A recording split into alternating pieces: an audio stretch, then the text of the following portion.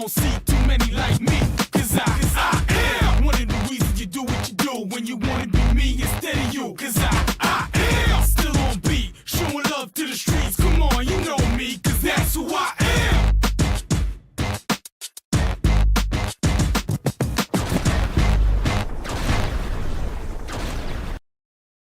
We in the trenches, you like the water cooler, you be on the benches. Think your team better, but they lack skill. First snap, I leave your backs in the backfield. Your quarterback scared, I see it in his eyes. Sent the receiver in motion, that's just a disguise. My linebackers, they stepping up. Clog a hole, no letting up. Taking on no big blocks. On fourth down, we get big stops. My secondary is balling out. Your offense keeps stalling out. How many yards? Like none at all. Come special teams, come punt the ball and it's gone. And you never see me fair catch. I get a block and then I'm gone like a Lear jet. My helmet on, pass strap tight. My jersey shining in them Friday night lights. Win, we just came to win. Win, we just came to win. Friday night lights. Friday night lights. Win. We just came to win. Win. We must protect this house.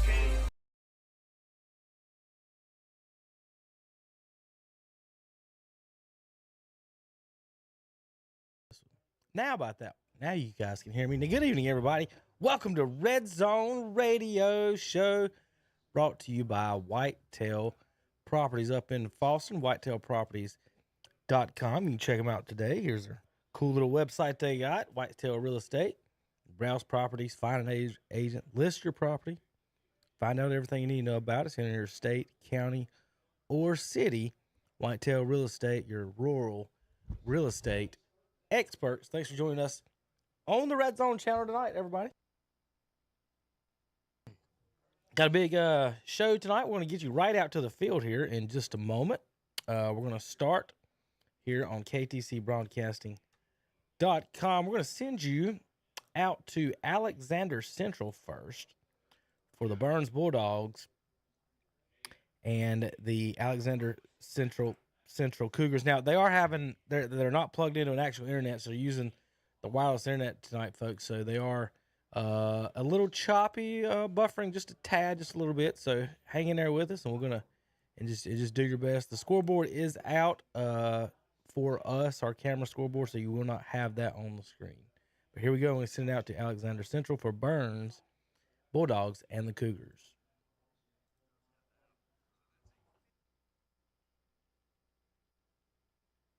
That's a wrap.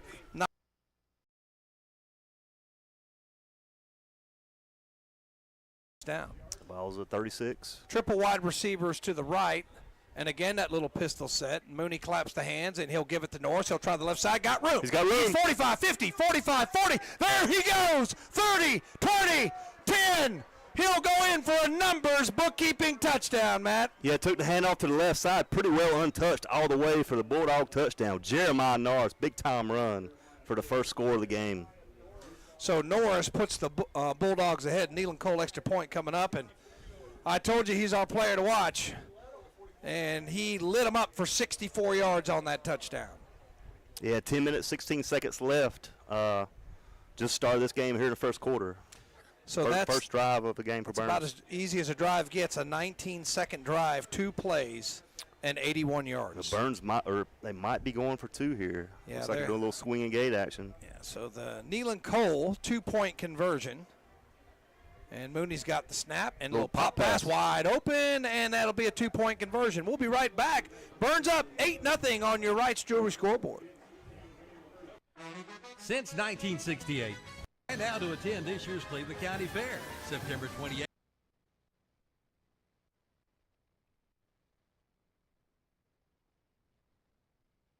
Run by Sipe, the quarterback. And that puts them first and goal at the 1-yard line. Another Turner Hauser Insurance first down as they're knocking at the door. Sipe, Bulls behind center. Waiting for the signal. Looks like he's in. Touchdown for the Knights. Yeah, on the run, it was just a option play to the right. Big hole opened up. The defensive end for East Rutherford bit on the pitch man, and Sipe showed some good speed there on that play. I'd like to see them finish that off with the man that took it all the way down there. And Yeah, he's probably still trying to catch his breath after that long run, but so he just buries behind the center, and it's a Whitetail Properties of Falston touchdown for the Knights. They're up 6-0, waiting on the James River equipment. Point after touchdown. Jake Dillingham, the left-footed kicker recruited by the Coach Basil off the soccer team, will attempt the extra point. Kick, snap, kick. It's good, and he's got a good leg on that. So on the First Federal scoreboard, with 8:16 to go in the first quarter, North Lincoln 7, East Rutherford 0. We'll be back on the Lincoln County Game of the Week. You can book your tee times online at the Glen Oaks Golf Course in Maiden. Just go online at glenoaksgolf.com. Pick out your tee time and book it. Check out their pro shop, snack bar, driving range, and banquet hall. And memberships are available. To my left. Yeah, you're right. I was 7:35 left here in the first quarter. Ball on the 38-yard line of the Ironmen. Second down and 7. This time, Ewing's under center, tight formation. A bunch. Kind of bunched up, aren't And they? they're here to run a ball up the middle, and it's ahead for a gain of maybe 4 or 5. It's going Tackled by Amir Starr. to be spotted on the 33-yard line, it looks like. Pickup of about 4 Ken, I believe. Yeah, that'll bring up a third down play. Well, they're in 4-down territory for sure. If he doesn't make it here, Franklin move the marker up a little bit closer to the. Yeah, third and about 1.5, 2 yards. And a shotgun Ewing. He back to pass. He's going to throw it deep down the field, and it is caught for a touchdown. And catching it well after the way he comes up the field, folks.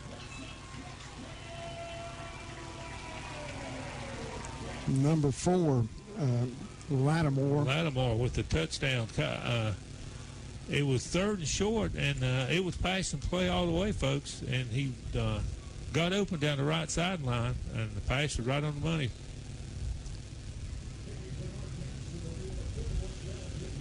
That's a John Brown All-State touchdown for the Wildcats. That was a 27-yard TD. Partner. Yeah, I think that was. Here's a PAT try. It's up, and it's good. And the PAT is good by number 41, Dylan Dean. And so the North Gaston Wildcats take a 7-0 lead on. Yeah, that was just like you said. That's Isaiah Bridges doing Isaiah Bridges things. That was a really good job by the offensive line, giving Farmer a lot of time, and then he found Bridges, what should have been about an 11-yard gain for a first down, and then he bounced off 2 Trojan defenders and took it to the house. Yeah, it was just a poor job of tackling as they went high, and then once he got bounced off the second guy, it was a foot race, and nobody's going to catch him out here in pads. Jose Lopez on for the settle hitting near point after attempt, and it's good. And with 8:20 to go first quarter, Shelby leads 7-0 on our No Malarkey Mr. Sparky scoreboard. We'll be back after this message. 4 generations. Tackle for the Chase Trojans from the defensive line position. A while ago, it only took Chase 7 plays. They went 80 yards for that 29-yard pass play to wide receiver Jahari Mosley. Good job by the QB, Turner McSwain, to put that ball right where he needed to, and he did have an open receiver a while ago. Quarterback throwing out in the flat. He's got his man, and this will get thrown just some short yardage again. This time they go to Dula again. He just ran the ball. He takes the pass here, but it's going to be third down, and they're only at the 39-yard line. It looks like about 3rd and 6 now for Drone Wildcats coming up here. Let's see if they come out and make a first down. I haven't seen anything on 1st and 2nd down. They said they want to air it out there, so expect some kind of short pass play or run to Dula one more time.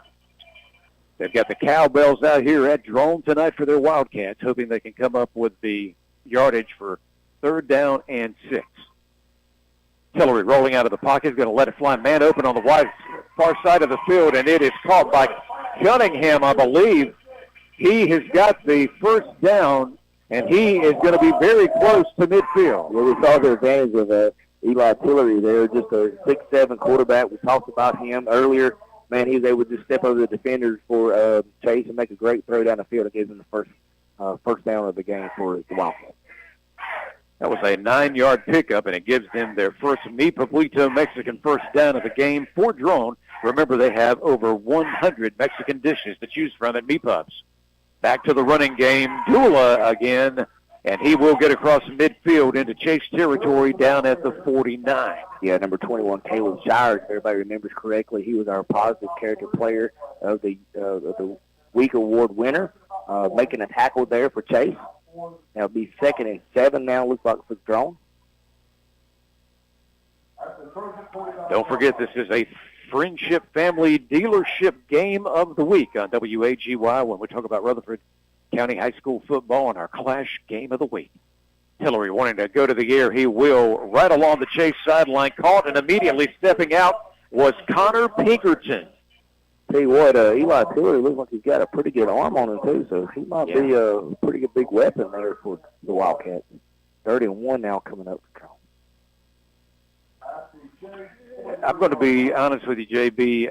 You know, we've got a closer view than usual. I know that Tillery's probably one of the tallest men on the field, but I think this is a typo about the 6'7". Do you? Well, it says 6'6" on their thing. So okay, I don't know exactly. It does not look, as you mentioned, it does not look 6'6". If I walk out there and he's still 6 inches taller than me, well, then I'll definitely have to shut my mouth. But we're going to try it after the game. Chase leading 7-0. Good defense here, but they are not able to prevent the ball carrier, Rattenball, from going down. Should have in the backfield, and he's able to get a little bit of yard, and that is going to enable them to get to the Chase 41 and pick up another Mi Pueblito first down. Yeah, what Chase defender kind of had him in the backfield there, was not able to wrap up there, and he was able to turn their legs for the first down. So a new set of downs begins at the Chase 41 for Eli Tillery and his group. One running back is Nigel Dula in the backfield. Several receivers to the wide far side of the field. One receiver who is Connor Pinkerton to the near side. We're used to that Pinkerton name when we talk about some guys at East Rutherford. Yeah, they're very good players for the Cavaliers. Absolutely. Going back, got plenty of blocking. Tillery looking. Now he wants to run, and he will take off. And just seems like he was totally in control. Nobody ever touched him for Chase as he goes out of bounds at the 37. A very good run by the quarterback there. Just nothing downfield. Decided to tuck it and run and see what he could get there. Looks like he got about 4 yards there for the Wildcats. Leave a 2nd and 6 now for their offense. If you're just tuning in, 5:33 to go in the first. And on the Stanton Enterprise McDonald scoreboard, Chase 7, Drone nothing. But Drone is on the move right now with 2nd down and 6 coming up here. They got a man in motion going from near to far side. Tillery lets it fly, and this one is overthrown, trying to hit Pinkerton, but it was above his head at about the 28. Yeah, very good arm on Eli Tillery, though. I mean, so far we saw him make a few passes there. Man, he's got a good cannon on him, and we'll see if they can prevail later on. If that's going to make a difference in this game. Yeah, but one thing that's also happening so far is that his offensive line is keeping him well protected, it seems. They are. They give him time to throw, and that makes a big difference for quarterbacks, especially at the high school level. It's 3rd down and 6 from the 37. Again, Tillery's got time, lets it fly in traffic and thrown and hits his man just shy of the 20-yard line. It is going to move the chains again, and that was Connor Pinkerton. A big play by Pinkerton there. Great play by the quarterback there, putting the ball right on the numerals of the wide receiver there. Set up a big first down for the Wildcats. They just picked up 15 on that play as they go from the 37 to the 22. First down for Drone. Quarterback Tillery wanted to keep the ball and run far side of the field. Can he cut the corner? Just barely a yard. Good job by Chase defense. They're trying to check who the defender was there for the Trojans. Very hard to see on that far sideline there, but good tackle there, and they'll be able to look like about a 2nd and 9 now for the Trojans coming up. So one thing we're seeing so far, we're calling out the names quite often, of course, of the quarterback Tillery, who's also running with the football now, the wide receiver Connor Pinkerton, and then the running back Nigel Dula. Those has been the main bread and butter for Drone in this game so far tonight. Yeah, we know that number 6, Justice Cunningham, we talked about him in the pregame, also a good player for him there, see if he can get in the ballgame pretty soon. Wanting to pass, Tillery's got time, lets it fly. He's got a man over the middle and all the way inside the 5 of Chase. It appears to be Ferris on the reception. Yeah, number 6, Zach Frazier for the Trojans on the tackle there. Looks like they're really, really close to the end zone there. Let's just check what it is on the field here, where they're at. Looks like maybe about the 3-yard line, something like that. You're pretty close. It's going to be 1st and goal. That's a Mi Pueblito Mexican first down. They have those daily lunch specials with their 2 locations in Rutherford County, and don't forget one in Uptown Shelby as well. So Drone's threatening after Chase went up 7-0. They're coming right back, and now they appear to be running a wildcat as they brought in another player. Did he get in the end zone? Yeah, the guy on the wait a minute. Well, wait a minute. So that's kind of an interesting call there. They're calling it second down, but I know I saw the referee on the far side of the field signal touchdown. However, they did not get the touchdown. It will be 2nd down now for the Wildcats. So just shy. That ball is now at the 1-yard line for Drone. It's interesting. We saw East do a lot of this last week. And here's Drone in the Wildcat offense. Yeah, and they're using their main running back, Nigel Dula. And Dula tries to go right up the middle behind his offensive line, just barely enough to get the football across the plane. It is a Drone touchdown. Yeah, he can thank number 77, Will Siegel, the big 6'4", 330-pound offensive lineman for Drone. Just got behind him and pushed him into the end zone. Touchdown for the Wildcats. Well, the last 2 plays, they go to the Wildcat. They go away from the big quarterback listed at 6'6" in Tillery. And they get it done. And now they've got their kicker coming out, who is Rudy Mendoza. Can Mendoza tie the game? Kick is up. The kick is barely through. It is good. Another low kick from the Chase, and low kick for the Wildcats. Both are good. We got a tie game here in Valdez. We sir. Don't have a personal protector. We're missing one. And coming on late is Tristan Tate, and Shelby's going to have to call a timeout with 2 on the play clock. So with 5:42 to go. Clock's still running because somebody needs to stop it. But I think they'll reset it to about 5:42. But we'll be back after this. 7-0, Shelby on top. Well, that happened after the play. So it'll back it up to the 45-yard line, where it will still be first down there. Yeah, 30 yards of penalties for the Warriors and 25 so far for the Ironmen. Now the North Gaston Wildcats in that bunch formation, as you called it, Danny. Yeah. Not seen that recently this year, Ken. I have not. But North Gaston is deploying it here in some of their plays. There's a give up the middle. That's running room up as that number 2 it is. Like a gain of about 8 on the play. Number 2, the carrier, and number 2, the tackler, Sewell. Javane Knox is the ball carrier. Yeah, he picked up what, Ken, about 7? Yeah, they got 7. Give him 7 on the play out of that formation. Let's see what they do this formation. Clock at 4 minutes here in the first quarter time call. It look like maybe officials timeout for some reason. See what this is about. Yeah, the head official. They're pointing to the sidelines. And he's pointing to maybe the other sideline also. It is say, okay, we're trying to figure out what was called. Sideline warning, maybe. I'm not sure. I don't know. But the official is going to whistle it back into play, I think. Yep. Yeah. Second and 3. 3 from the 27, maybe 28-yard line of the Ironmen. Well, I don't know why this stoppage happened, but they still haven't blown the play to start again. I think they're getting ready to now. Here we go. Whistle blown. A bunch formation again for North Gaston. Ewing takes it, hands it off to number 2 again. And for John Knox, and he's into the open and take it for the touchdown. And that will be a 35-yard, no, make it 37-yard scamper, you might say, Ken. Yep. For Knox. So that's the second touchdown on the night for North Gaston. They go up 13-0 on the Numilawky Mr. Sparky scoreboard. PAT pending. A PAT by Beam of the Warriors. Snap, it's a fake and throw in the end zone for a 2-point conversion, but there's a flag on the play as the pass is caught. Yeah, the pass was caught by Michael Nix. So let's see if that's going to count, or was there something happen after he crossed the goal line?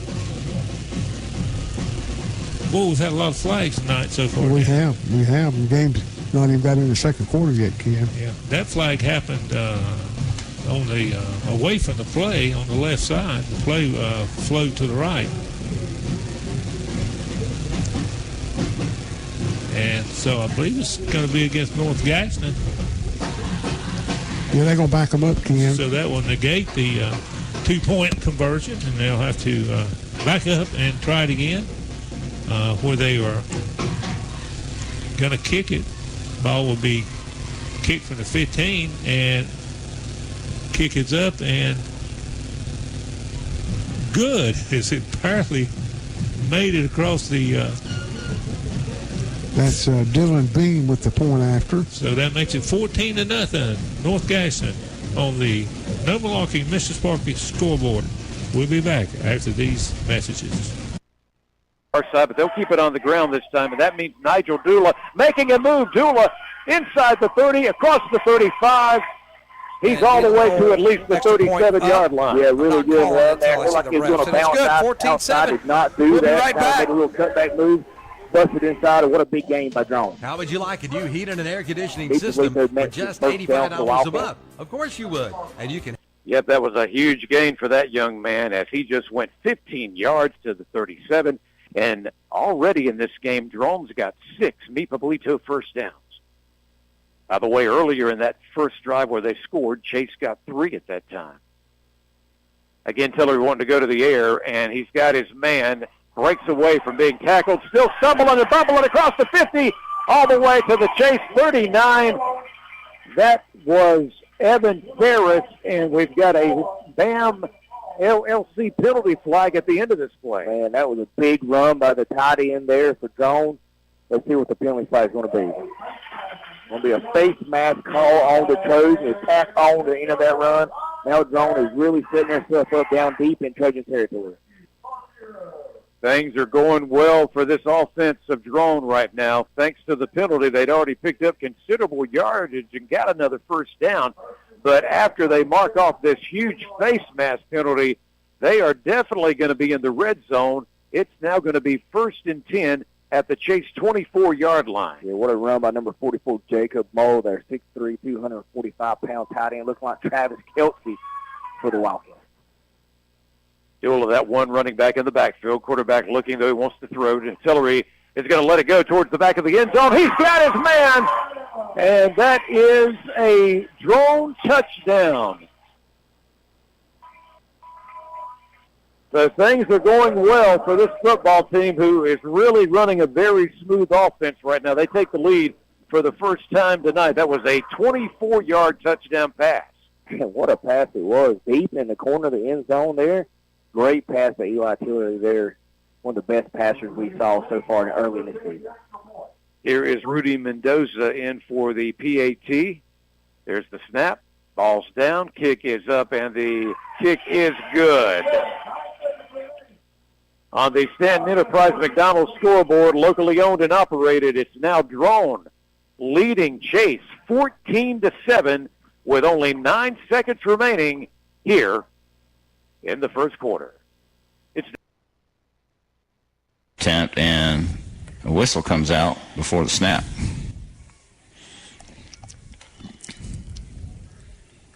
The receiver is so much taller than the defensive secondary, and that's how they've made the 2 catches that they have thus far. Who was that made the catch again? The first catch was Ford. That one was 10 D'Angelo Hall. He's 6'3", 220. And this kick is pulled a little bit left, but it's through. Zalea with a point after, and we're tied 7-7 on our No Malarkey Mr. Sparky scoreboard. We'll be back after this. For more information, 7 plays, they were in for a touchdown pass. However, it's been all drawn since then. They now have a 14-7 lead, and here is the kick. It's taken at the 8, across the 10, making a move to the far side of the field. 15, 20, down at about the 24-yard line. That appeared to be Devin Mosley on the return. Yeah, Devin Mosley getting the majority of the carries there, back there, also receiving kicks. But it's going to be a big part of the Trojans' game plan tonight.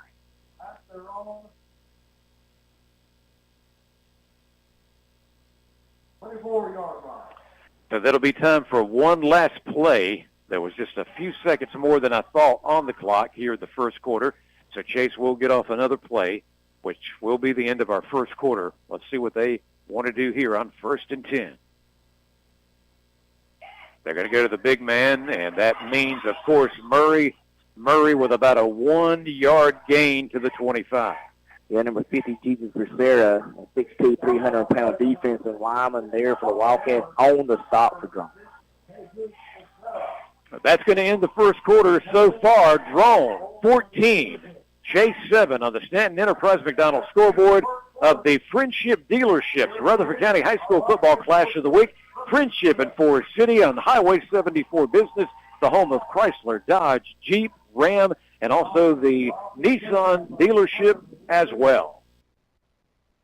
Line's generally what you do, and Shelby will take over right there on their 35-yard line. So this time Shelby takes over tied at 7, and there's still 2:10 to go here in the first quarter. That touchdown, sponsored by Numbers Tax and Bookkeeping, was a 19-yard pass to the tight end, D'Angelo Hall, all 6'3", 220 pounds of him. It was a really nice catch he made, too. Farmer will call his own number on the play action and gets a pretty good little 4-yard run, it looks like. Yep, gets a 4-yard run. I like the play call because that was designed, I think, and they've collapsed on Tate a couple times for either no gain or loss, and that time Lamb pulled it and was able to get about 4. Goal line still looking for their first down. They have a touchdown, but they don't have a first down yet. It's 7-7 here on No Malarkey Mr. Sparky scoreboard. And looks like is that an incomplete pass? Another incomplete pass. That was intended, I believe, for Falls that time. Yep, it was. And so it'll bring up 3rd down and 6. That pass towards the Olympic sideline was not able to be held on to. And now 3rd and 6 from the Shelby 39. That front 4 of Olympics getting just enough pressure to keep the running game in check and put some pressure on Farmer. And now he's going to throw it again. He steps up in the pocket. It's complete to Drew Hollifield at the 40. He's at the 35, 30, 25, 20, 15, 10, 5. Touchdown, Drew Hollifield. There's that speed again, Jeff. Yeah, it was a nice throw, good catch, and great run after the catch. And was that 61 yards, I believe? Yeah, so they've got a 69-yard catch and run and now a 61-yard catch and run. And that pass was almost caught by Eli Falls on a shorter route, and it went kind of through his hands to Drew Hollifield, who then turned around and took it the distance for the touchdown. And with 1:20 to go in the first quarter, Jose Lopez on for a settle heating and air PAT attempt with Hollifield to hold.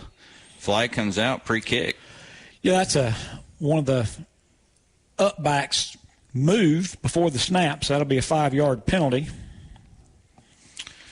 That may be Hollifield's first touchdown reception of his career. I also want to say I believe it was number 6, Isaiah Bridges, that was blocking downfield and helped spring him the last 20 yards. So now the 25-yard PAT attempt. Good snap and hold, and Lopez, I think somebody got a hand on it or he got over top of it, but it's going to be missed. It's short, and that's his first missed PAT of the year, and Shelby leads 13-7 on the No Malarkey Mr. Sparky scoreboard. We'll be right back. Is proud to announce that the Skag Zero Turn More giveaway is back to help benefit the Polkville Rodeo, sponsored by the Polkville Baptist Church. Someone will win a Skag Liberty 52-inch cut zero turn riding mower. The drawing will be held on Saturday, now September 21-7 Tickets on are the First $10 Federal each. And Scoreboard. You're listening to the Lincoln County Game of the Week. take your pick on a brand new Bobcat mower from West End Sales in Vail. Pick 0% APR on financing for 60 months or get an $800 instant Head to rebate. the finish line of savings at Campers Inn in Kings Mountain. Is Cade Davis not involved in this game at all tonight for some reason? Yes, it must be some kind of injury. I think he is on the sidelines there for Trojan for the best we can make out there. But Zion Murray and number 4, Devin Mosley, been hefty of the carries tonight for the Trojans. We'll see if that can continue. We'll see if Cade Davis come back in the game. Yeah, it's going to continue because there goes the big man Murray again. And what a job to bust through the initial tackle, which would have been at the drone 49. Instead, the young man takes it into drone territory to the 46. And this is what Chase kind of did on their first side of the game, was kind of running the ball, and then they hit him over the top to Jahari Mosley. See if they try that play once again to get a big play for their offense. Third down and short coming up. This is the same situation Chase was in just a few minutes ago. We've got some men moving on the offensive line from one side to another. Quarterback keeper again, and McSwain goes head first. Was it enough to reach the first down marker? It's going to be real close. They're going to actually mark him short, so it's going to be 4th down now for Chase. Let's see what they decide to do. This is why they're bringing the punting unit on. They may not. Let's see what they decide they're going to maybe try some kind of wildcat formation. We saw them do that a couple times last week.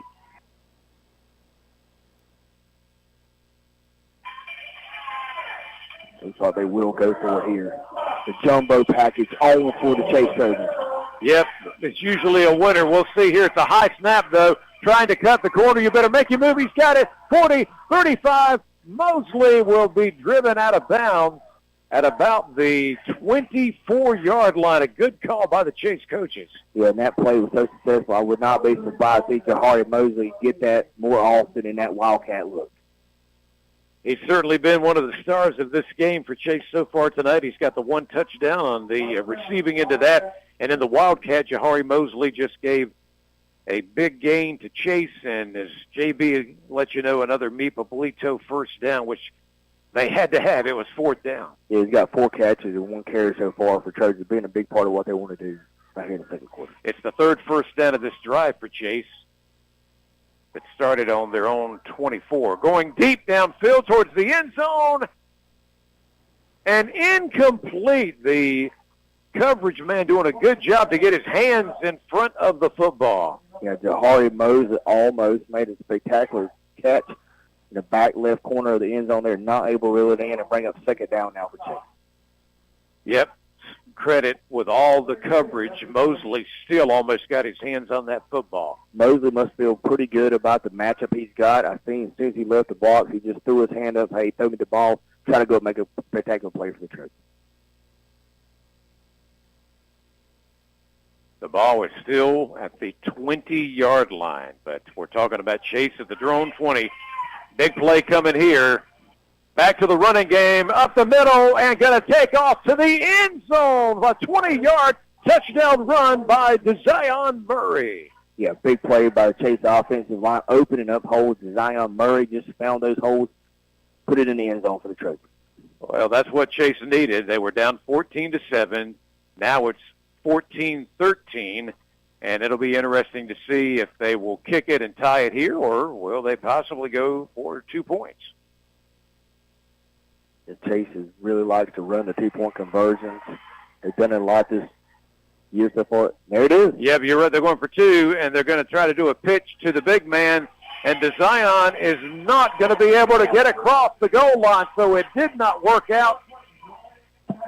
But at least Chase has cut into the lead. Now with 7:20 to go until halftime on the Stanton Enterprise McDonald scoreboard, home of those world-famous Fry's drones, still up 14-13 at the moment over the Chase Trojans. The 319 is square. Punting unit comes on. Wow. For the North Gaston Wildcats, and good stop of this drive by the Ironmen. They should get the ball back. Well, let's watch for a fake here. Well, it could be a fake, but it's like 4th and 12, so I don't know. Probably not. They're probably going to kick it and back up the Ironmen as much as possible. Of course, the Ironmen only got one man deep. They're not sure that they're going to kick it, I don't think. So waiting for the snap, and it is kicked. It's a high, short kick, and it bounces sideways out of bounds. Takes the Ironman bounce too. Yeah, right around the Ironman 40-yard line. Well, Ironman made the break. Yeah, that's right. They made the stop. The defense needed to stop, and they got to stop. And now they get the ball back again in fairly decent. Again, we saw Sewell once. If they could just get the ball out to some of their skilled players. But here comes Sewell to our side, to your side. Josh Wood just hasn't had given time to get the ball to anybody. I mean, he hasn't had time to set up at all. Offensive line is going to have to give him a count of 1,001, 1,002. At least give him a couple seconds to get the ball off. And he hasn't had that. He's under center now, and he's going to hand this off. And it's around the right side, and Moss got a lot of running room, and it's knocked down right at the 50-yard line. The ball comes loose, but I believe the ground caused that fumble. So yeah, Donovan. He dove on it, but it was down by contact right there. Yeah, Donovan Thorne brought him down, but not before he picks up. He broke it to the outside and found some running room. And he got a first down. Yeah, he got 10 yards. He sure did. He had some momentum, and he tried to go around that last guy. Danny, that's where I wish he just lowered that shoulder and run over him. If he would, he'd get more yardage. He would have. He would, because the guy made a good shoestring tackle on him. Yeah, that's the third medical center pharmacy that's been picked up by the Army. So, again, we're seeing what the Army are capable of doing here. Yeah, and they need to string some first downs together here and get a drive going into the territory of North Gaston. There's some tough yardage in there, but it looked like a gain of 2 or 3. See who the ball carrier was. Well, I think it was Moss again. Moss again, okay. Picked up some good hard running in there. Almost 3 yards. Almost 3 yards.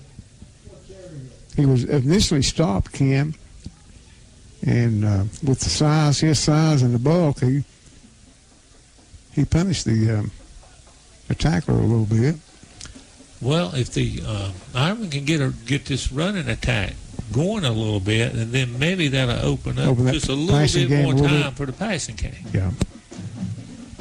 2 backs in the backfield, 2 receivers far left. There's a clean runner. Oh, he's wide open. Ward takes it to the left. He is down the left sideline, and he's down and deep into the territory of North Gaston around the 20-yard line. And no penalties, 27-yard pickup, and another Medical Center Pharmacy first down, Ken. Well, that was a I don't know whether it's designed to be a keeper, but there was a blitz. It looked like come through there by North Gaston, and he sidestepped that. And when he did, he had all kind of room down the left side. Ward came in with that run minus 30 yards. Ken, now he's with the 27 yards. He's minus 3 yards. Yeah. And there's a give to Moss, and Moss got some good running room. And he's ahead for. We got some interference, Ken, from We got some interference coming in here, folks. All of a sudden, just Moss was the ball carrier. Picked up, Ken, looked like 6 yards. he did. Apologize, folks. We had some interference that's coming in here that's affecting the. It's actually coming from the other side of us, Ken. I think it is affecting the audio here a little bit. Ironmen with the drive. The ball's on the 15-yard line. Two backs in the backfield, two wide receivers to the far side. Give to Moss, and he has nowhere to go. He'll lose a yard or two, Ken. He was stacked up in the backfield. Let's see if they get him any negative yards. It's hard to really describe that, Jeff. He kind of got sideways and slithered through for 13 yards. Yeah, he picked up 13, which is another CSI mechanical first down. But what was nice about that is he got 5 yards before he ran into anybody, and then he had kind of a spin move to get the additional yardage. So that's 1st and 10 at the Olympic 27-yard line. 0. Wow. And he gets another carry. 3rd down and 1. And Mooney's back. He's back. Screenplay set up. He's got Norris. And he's got it. 1st down and more. Makes a man miss down the sideline. Still in bounds. Boy, he takes off. He's lightning in a bottle, and he's into the end zone for a numbers bookkeeping touchdown. Well, big time catch and throw. Ben Mooney to Jeremiah Norris for the touchdown. So that's a 44-yard TD.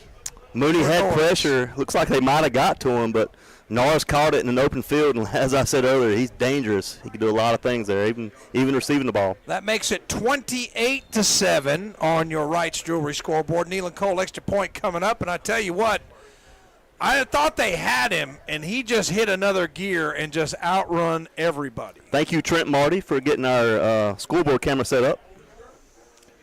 And I'll tell you what, Trent Marty is the Swiss Army knife of the broadcast. He does a little bit of everything, and now Neal and Cole extra point is going to be a penalty, a Campers in penalty. Probably illegal motion, false yeah, it's start going or to something. be, I think that's Wilson. And that's going to be a flag and back it up, and that's going to be a 5-yard penalty against Burns. Johnny Johnson with the illegal motion. We're going to have to retry the point as Campers in getting their money's worth as a little sloppy play here on both teams. I tell you, if you remember last week, Tom, it's a very similar play. Norris caught the ball as Mooney was being backed up. He scored on that play, but it was called back. So it's a dangerous play in this Bulldog playbook. So we're going to try the 2-point point conversion again. That's just getting your athlete in space. Yep. So 2-point conversion again, a little swinging gates, and Mooney's in the gun, has the ball, looks. Now he's flushed, makes a man miss, still flushed, trying to make another man miss, and he's going to run out of real estate, be ripped down, and no flag on that one. As they say, the contact started inbound, so 2-point no good. We'll be right back. It remains 28-7. Bridge. For the Cavaliers. Gets the kickoff. Decent kick. Fair catch called for by number 13, Tim Folk. And it'll be 1st and 10 for North Lincoln at the 44-yard line. Were there any other scores, or do we get to them? Yeah, I'm having a little trouble hearing tonight. Yeah, we got a lot of people. Haven't heard anything in the last little while. I think you kind of mentioned that the Bandy's 14, South Caldwell's score was kind of a surprise. Yeah, Bandy's has looked better this year. They're 3-0, I believe, or 2-0. They had their bye week last week, instead of this week, and playing South Caldwell, which is usually a pretty big team size-wise. Well, you see, good to see East Rutherford with a, looks like a safety back there on this initial drive start. Sipe keeps it, pitches out. Got a runner to the outside again. Looks like Tim Folk with the ball.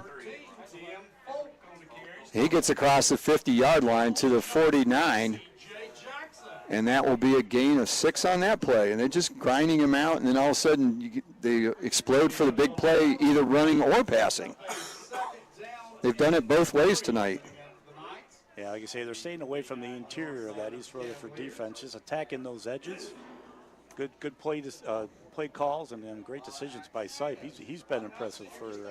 Yeah, he's done a great job, whether to leave it in the belly of Wingate or take it outside and keep it or make the pitch. This is like going back to my Oklahoma Wishbone days a bit. You got the 3 options. Big pitch to Tyler Donahue. He's out on the right side in a little bit of space.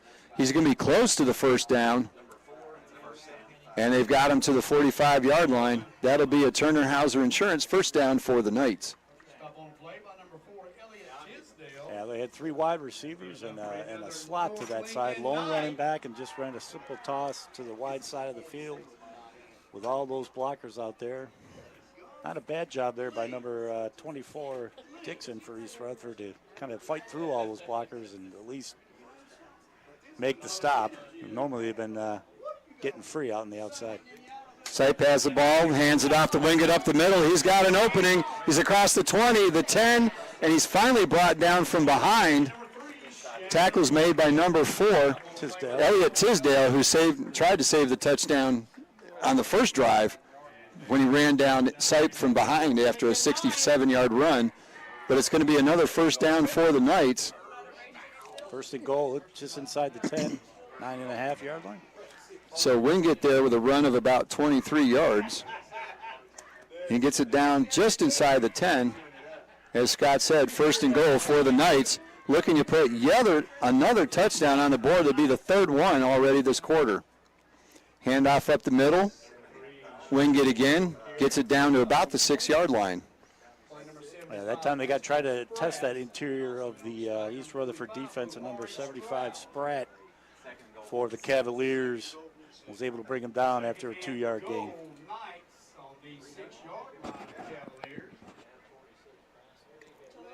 So second and goal at the 6. Basically 10 yards for a touchdown. They were right inside the line. So still second and goal. Sipe takes it. This time he's spun around in the backfield, but manages to work his way down to the 5. So he didn't lose yardage when it looked like he might, and actually ended up gaining a yard. Yeah, East Rutherford that time was able to penetrate a little bit, force Sipe to just hang on to that. Again, but a good decision. Don't force a pitch. Don't try to do something with it. And like you say, just lean forward and get that yard. I'm not sure he could see anybody to pitch to because there were 4 defenders around him. I'm not sure he had vision to see who to pitch to. He did a good job getting one out of it. So 3rd and goal now from the 5-yard line. Just over 5 minutes to go in a half. Sipe throws on a slant pattern. He's got it. Touchdown. Catch is made by number 10, Aaron Doden. Aaron Doden for a touchdown. So a 5-yard touchdown pass. And North Lincoln has just exploded offensively. Well, with East Rutherford kind of playing that run, they represent on the line of scrimmage and to the wide side of the field. Just a simple little 2-step slant, wide open, good pass there by Sipe. Another touchdown. He's a good thrower. He's done a great job. He's 3 for 3. And snap dribbled back to number 4, Eli Sipe. He put it down. Dillingham pounds it through like nothing happened. So with 4:58 to go in the first half, on the First Federal Scoreboard, it's North Lincoln 42, East Rutherford 7. We'll be back with more on the Lincoln County Game of the Week. All right, Jan said my mic's It's the all-new Nissan of Shelby, where they do the right thing. First time, every time. Okay, folks, Nissan of Shelby now has new both Gaston Wildcats prepare to kick off now to the Cherville Ironmen, as the Ironmen had cut that lead in half. It was short-lived. It's very short, Ken. Here's the kickoff, and it'll be taken at the 22-yard line and brought up to about the 35-yard line. I believe that was Josh Ward, the ball carrier. Ward, with the return. So that's where the Ironmen was begin this drive on their own 35-yard line. 5:40 left in the first half. 21-7, North Gaston on top. What a turnaround there really quickly after the Ironmen it cut the lead in half, and on the kickoff, Lattimore took it 90 yards. But he got in a bunch of players at almost mid. Claps the hands, has it, drops back. He's got time, running out of time, and he slips out of one tackle. The ball's on the ground. Ball's on the ground, and it's a fumble, and Alexander Central has it. Mooney trying to do a little too much that time. Yeah, I can't tell who that was. I think it was actually 54, the guy who recovered it, stripped it. That is Caleb Ginwright for Alexander Central. Just come in behind Mooney there and kind of strip the ball. And he landed on it. So they will have pretty decent short field here to start their drive. So Alexander Central takes it on the Burns 41-yard line. And it was just Mooney trying to do just a little bit too much there. Throw that one to the cheerleaders and let's play second down. But he'll learn from that one. And it'll be first down and 10 Cougars inside Burns territory, as Matt told you, from the 41. Going big. Extra tight ends in here, but he's going to drop back and throw it. Pump fakes, has a man shrieking free and overthrew him. As he had number 2 there, Rowe open, who has a couple of catches tonight but couldn't connect there. Yeah, Moore got a pretty good looking ball he throws there. Put too much zip on it. And that's what wing T teams will do to you. They'll bunch it in, they'll make it look like a run, and they'll streak a guy down the sideline and almost work there for a touchdown. He had a touchdown. If that ball's thrown, that's going to be a score. But instead, it's second down and 10. And I like the aggressiveness by the Cougars. That's what you do. You go for the throat after the turnover. If I'm Burns, I want to try to get pressure on him as much as I can. Lined up offside. Nope. And it's going to be Moore rolling in trouble. Now got to him. Should have got rid of it, did not. And he's going to be thrown for a big loss of about 7. And it'll be third down and very long for the Cougars. That's Westbrook. I think that's Nate Wilson there. Can't tell that Marsh McGowan was over there. That's Nate Wilson, the freshman, getting some good action here for Burns tonight. And another tackle for loss. I believe that's the 5th for the Bulldogs tonight, and a couple of sacks. So Bulldog defense doing what I hope they would do is get the Cougars behind the sticks. And I tell you what, they have been behind the sticks a lot tonight. Yep. That's what you need to do as quarterback. Like I say, he's a little banged up. We can get some pressure on him, I think. That's what we need to do here. And again, it looks like run, but they throw out of this a lot, and they will. Moore's got it under pressure. He'll go down again.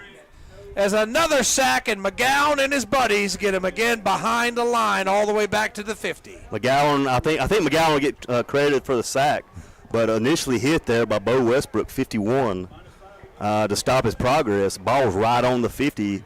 And we'll bring up fourth down. It looks like they're going to try to punt again. Joe, I think it's -5, -4. -5, -4. It's 9 yards. Scores in the area 20-7 Shelby, 8:11 left in the first half. That is the 5th 3-and-out forced by the Bulldog defense.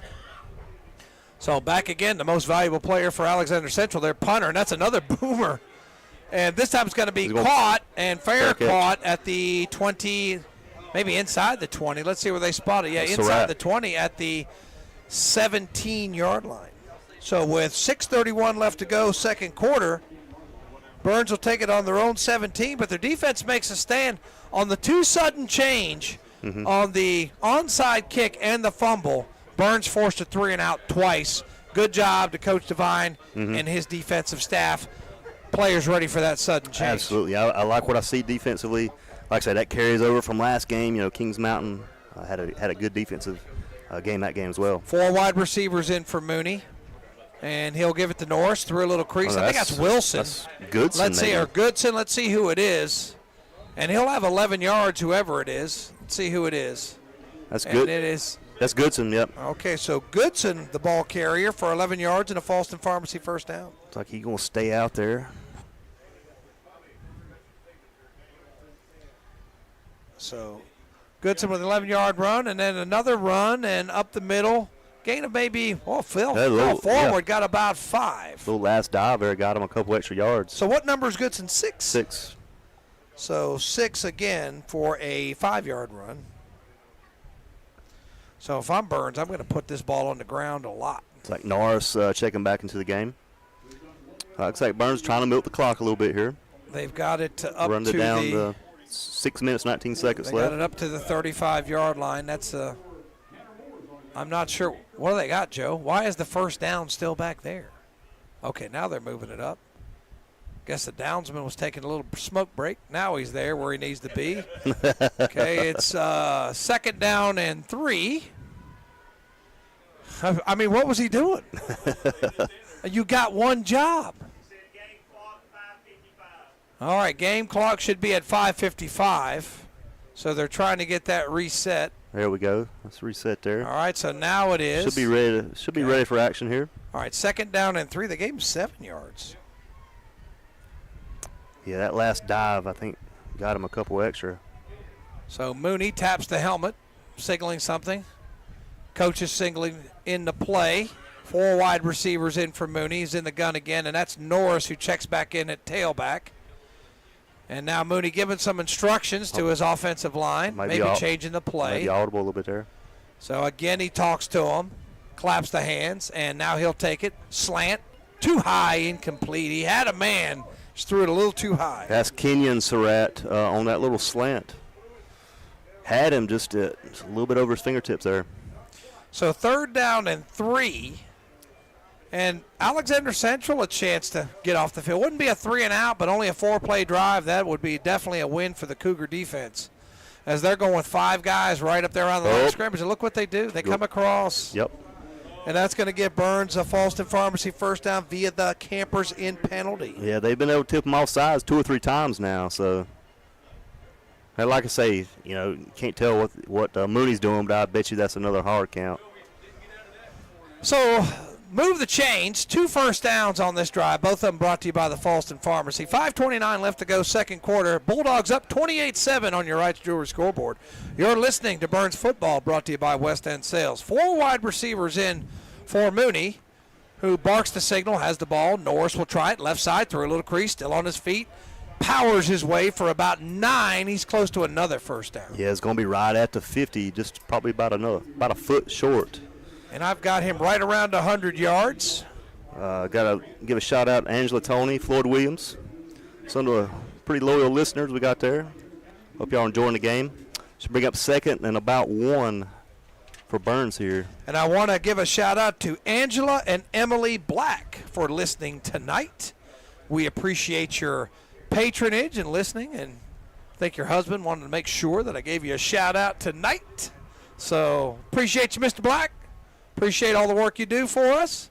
Mooney in the gun, and he's going to scramble, and he's got it's coming back. Probably going to be a hold. Campers in penalty. And another penalty coming in. That one's going to be on the Alexander Central coaching staff.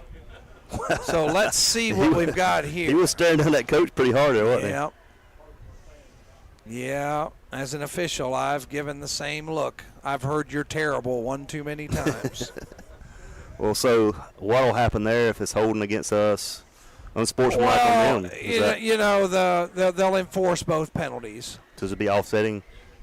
Because they're probably going to give the reason why they'll enforce, I think, is the unsportsmanlike's a dead ball. If they're both live ball, they'll offset. If one's live, one's dead, then they'll enforce both. So let's see what they do. I'm assuming that's what that second flag was. So they're going to, let's see, holding against the Bulldogs. And then they're going to mark that off. And then unsportsmanlike against, it's a dead ball penalty. That's why they enforce it. And why'd they have the guy walk 10 back and 15 up? Could they not just walk at 5 forward? I mean, 15 minus 10 is 5. Last time I was in school. But I guess they want to see him march around the field. Look at all those flags down there. I tell you what, that was, they almost called that penalty on the sideline during the play almost. Yeah, I know that, but they called it as a dead ball foul. So that's going to be another first down via the penalty. So Falston Pharmacy first down number 3, 4:38. Wouldn't Burns like to milk this clock all the way down to halftime? I don't know. Coach has always got something to ask. I think, like you said, it's correct. If it's 15 yards on them, 10 against us. Why would you walk 10 back and – yes, I mean, it just – I guess he get Common Core math, trying to get his steps in, I guess. Maybe he's got his Fitbit on.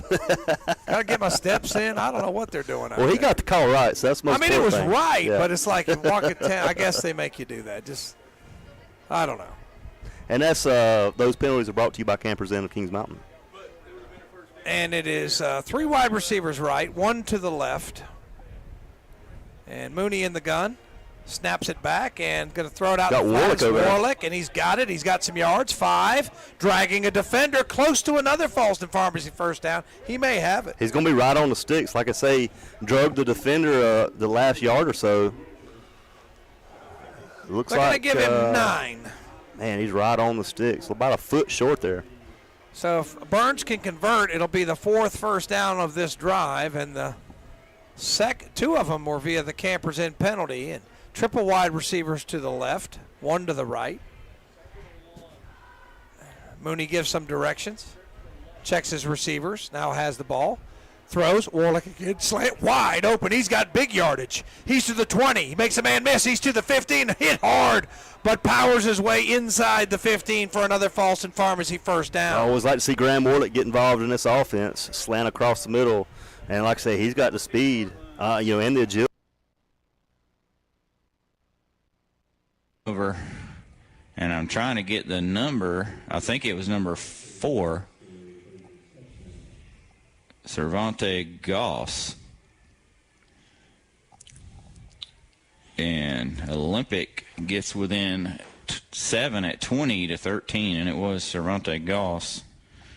And that Left was a side, and he walks in for another 28-yard numbers bookkeeping touchdown. Pretty well touchdown untouched reception. again. Left side, good blocking. He ran a route where he just had the Shelby DB kind of bite on it early, and then he went deeper, and they Great couldn't. throw. Yeah, great throw and catch. And on for the point after is Zalea. And Shelby gets really good pressure, but he gets the kickoff, and it's good. I don't know how it got through. 20-14, Shelby on top. 4:50 to go. We'll be right 13, back. Ashbrook nothing, Shelby 20, Olympic Get him. 7. That's also, and Mooney getting very animated there trying to get, I think it's Caleb Bird to come to the other side. They can talk about that in economics class on Monday. And a little pop pass around the side. I think it's Johnny Johnson with the ball, and he'll convert. Surratt with the Nealon Cole extra point. So that makes it 36-7. We'll be right back.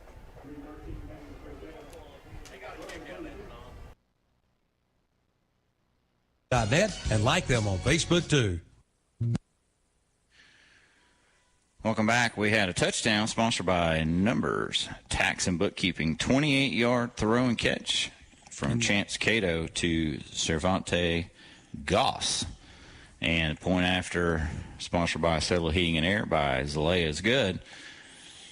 And Shelby only up 6 now, 20-14. Zalea's got it teed up for a Jam and Jay's Pizza kickoff. Some other scores. Burns leads Alexander Central 28-7. East Gaston 7-0 over Ashbrook. Our Central Chesney tied at 7. This is a short kick, and it's going to bounce out of bounds. It's going to fly out of bounds. So let's see if I was right about that. Can they take it at the 40? It went out of bounds at the 35. It used to be you could take a 5-yard penalty from the spot it went out of bounds. And you can see Coach Wilbanks. Coach saying, Wilbanks is asking for that.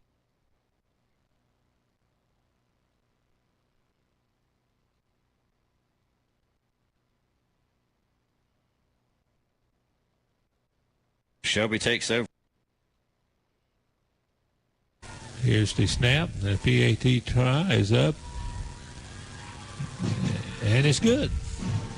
And so that'll make the score 28-7 North Gaston Wildcats over Cherville Ironmen on the No Malarkey Mr. Sparky scoreboard.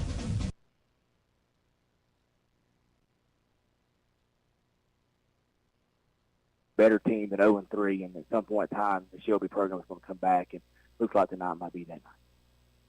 Going over a couple of counties, but they always are a dangerous team. A team that I'm wanting to see how they respond tonight is South Point. Right now, they've got a 14-7 lead over High Brighton. They're expected to win that game, but I'm hearing some word out of Belmont that South Point's football team may have a few weaknesses this year, defense being one of them. They were beat, upset last week, and they've still got some tough games. Second quarter, high snap taken. Tate's got some run room. He's across 45, 50, 45, hits the outside 40, 35, 30, 20, 15, 10, 5. Touchdown, Tristan Tate. That's 60 yards, Jeff, on the first play. What a nice cut he made, but there was a huge hole. He was never touched. Yeah, he got through that first hole, and then he made one move, and it was off to the races. Third touchdown of the night of over 60 yards for this Shelby offense, and they now lead 26-14 on the No Malarkey Mr. Sparky scoreboard. And it's been something tonight. The big play Shelby The big offense. play, absolutely. And we hadn't seen the big play Shelby offense very much this year. Nice to see it tonight. It is. Snap, hold good, and Lopez's settling air point after attempt is good. Shelby on top, 27-14, 4:37 to go. And I've just made a command decision here. I am not going through every touchdown for North Lincoln in that first half because that would take up the rest of the half to do it. Just suffice to say, it's been North Lincoln, North Lincoln, North Lincoln, and more North Lincoln. And just they've dominated the game. They've dominated not the line of scrimmage, but getting around the line of scrimmage. Yeah, It's been amazing. Yeah, they've sort of attacked off tackle for the most part, and when Actually on the carry, got across the original line of scrimmage. Yeah, 2-yard run, and it'll be 2nd down and 8. And the ref is jumping and screaming. Golly. I'm really not sure what he's upset He was all about. in that ref's face, wasn't he? Man. That probably, how he didn't get a penalty for that, I don't know. Probably should have drawn the I don't know how y'all saw that on the film, but I tell you, Man. I officiate. I'm not taking that. Wow. I'm not taking that. 2nd down, 8. And it's 4 down linemen for Burns. And 3 wide receivers for Alexander Central. They're going to run the toss play to the short side. And they get some positive yardage there. If they knock him down inbounds, gain of about 3. It'll be 3rd down and 5. that's Jolly, I think, tripped him up there to prevent a bigger gain. So that's, well, I'm going to give him close to 4. Looks like it's 3rd down and 4. Closing in on a minute left in this first half Yeah, on this you're Rice Jewelry scoreboard. And it's, if you're just joining us, 36-7. Burns football brought to you by West End Sales. And Alexander Central trying to get something at halftime. They will receive the second half kickoff. And back, Moore's got it, got time, lets it go into a crowd and zipped it through. Great throw by Moore up to the 45-yard line. Another 1st down. Give him 15 yards on that. No, give him, what, 12? 12 yards in a Falston Pharmacy first Got down. timeout, looks like, maybe, Alexander Central. All right, so we'll take it with them. We'll be right back. If you need fireworks for your event, then call on 82 yards. It's pretty amazing. So I've got North Lincoln right at 255 yards rushing. And most of those, yeah, just been. Is the summer event. It's Walker, and he's hit, and right as I say that, he bounces off and breaks a couple of tackles down, but he was hit early. Now a late flag comes in, and I wonder if they're going to say he was face masked or hit late. I always hate when I see that flag come out on the sideline. It was a really nice run. It looked like he was going to have about a 3-yard gain, and he just kept his feet moving and bounced off that tackle. And that was kind of the announcer, the broadcaster curse that you put on the Golden Lion defense. Shelby sideline is pointing backwards towards Olympic, so there must have been a holding penalty downfield. It was a 13-yard run. by Walker. And it's an offensive face mask. Wow.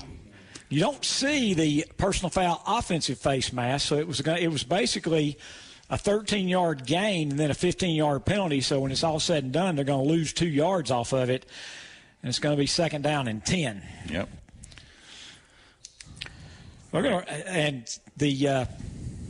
Our penalty sponsor, Butler's Tire and Auto of Kings Mountain, they're getting their money's worth tonight.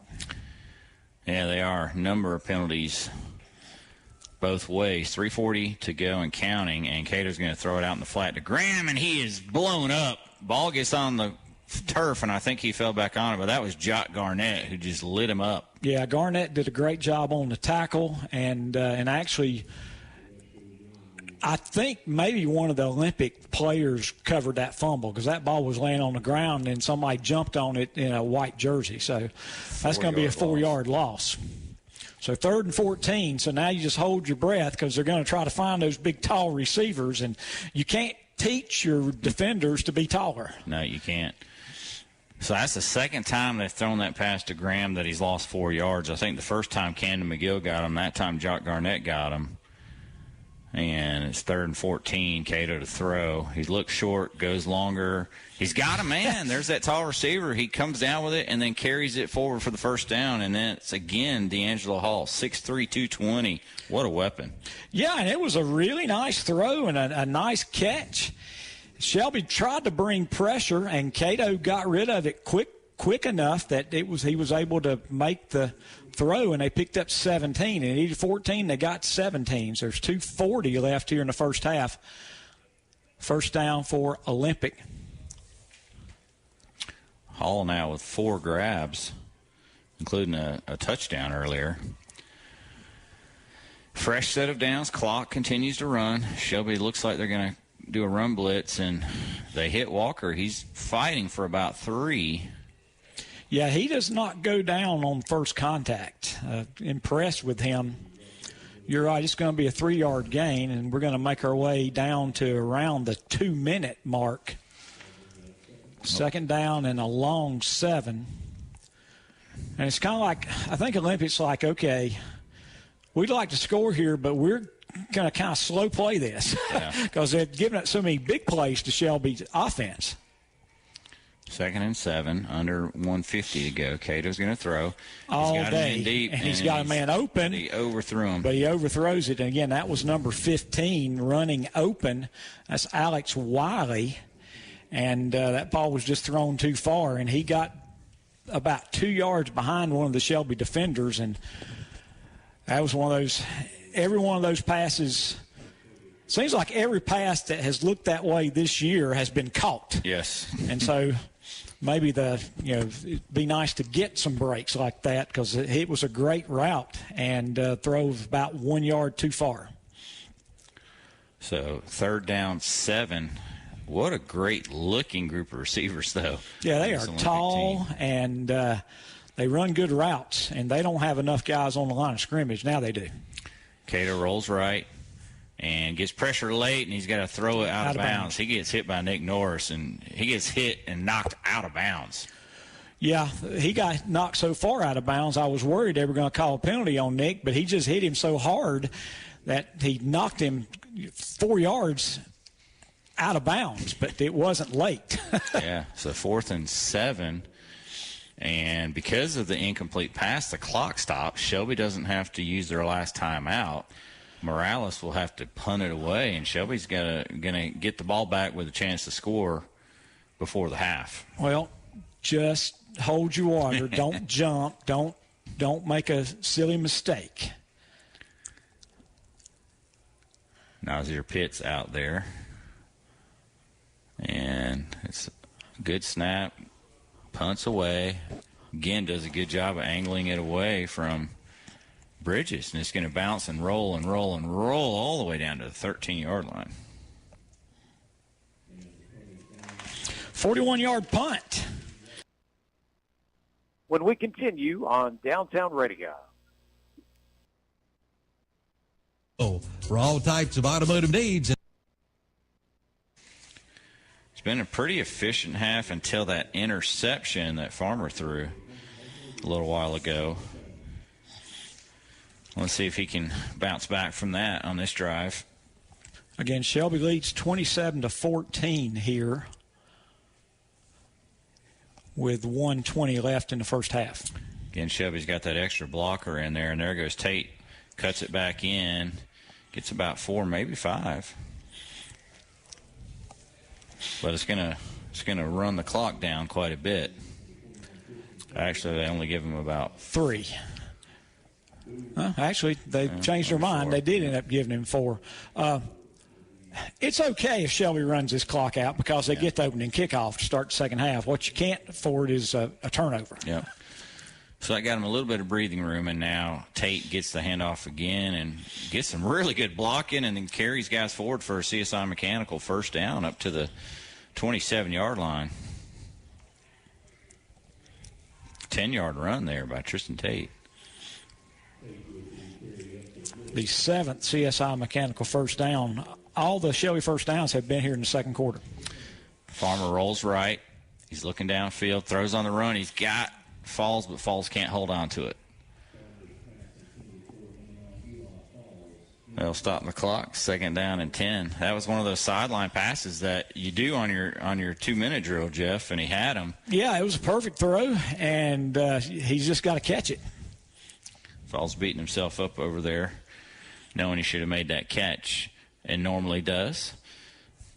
Good news is, again, the clock stops. 32 seconds to go. Let's see if Shelby tries to go deep here, and it's a Tristan Tate handoff. He cuts it. Now he's hit the outside. He's got some run room. He's at the 40, and he gets out of bounds at the 44. Nice job there. Yep, 8th CSI Mechanical first down of the night. Shelby's got the ball just shy of midfield. It's going to be on the Shelby 49. 25 seconds left. 17-yard pickup, and what a headsy play to get out of bounds, because he could have tried to get a few more yards and stayed in bounds, and it would have run the clock. And play action. Farmer's looking. He throws into some traffic, but it's caught by Bridges. He breaks one tackle, and he's slung down inside the 30.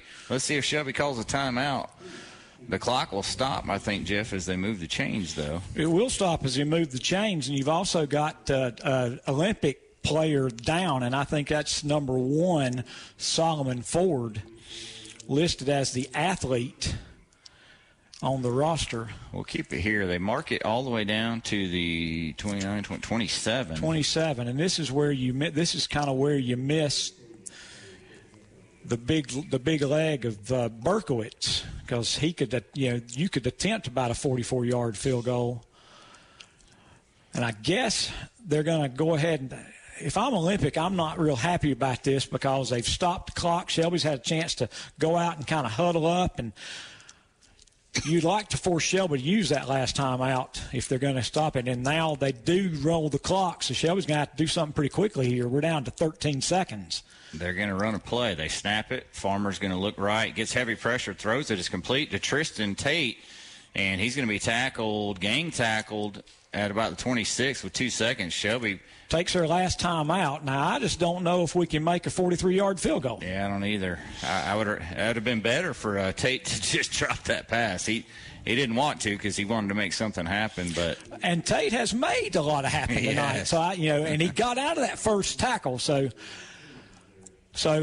they have trotted out Jose Lopez and for what would be a 43-yard kick. And Brent, what? Think back in the day. What would your kicking coach say when you're getting ready to try a long field goal? Don't think about how far it is. Just your mechanics, right? Absolutely. And the other thing that he might have said was, "Don't grunt," meaning don't try to kick it hard. Yeah. That's one of the biggest mistakes that kickers will make. They'll think, I have to kick this a long way, so I have to try to kick it hard. And when you try to kick it hard, all your mechanics just go to pieces.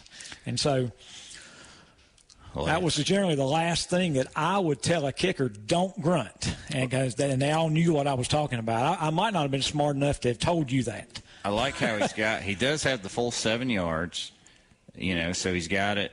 Earlier in the year, it seemed, Jeff, he was doing it about 6 yards. He was, and it was driving both you and I crazy. So let's make sure you got the right staff out there. 43-yard attempt from the right hash. Snap holds good, but it's a low. He slipped. He slipped right at the kick, and the ball goes through the back of the end zone, but it's no good, and that'll do it for the first half. Shelby goes into the locker room with a 27-14 lead on our No Malarkey Mr. Sparky scoreboard. We'll take a 3-minute break. We'll come back with our Marburger Chevrolet of Shelby Stadium halftime show.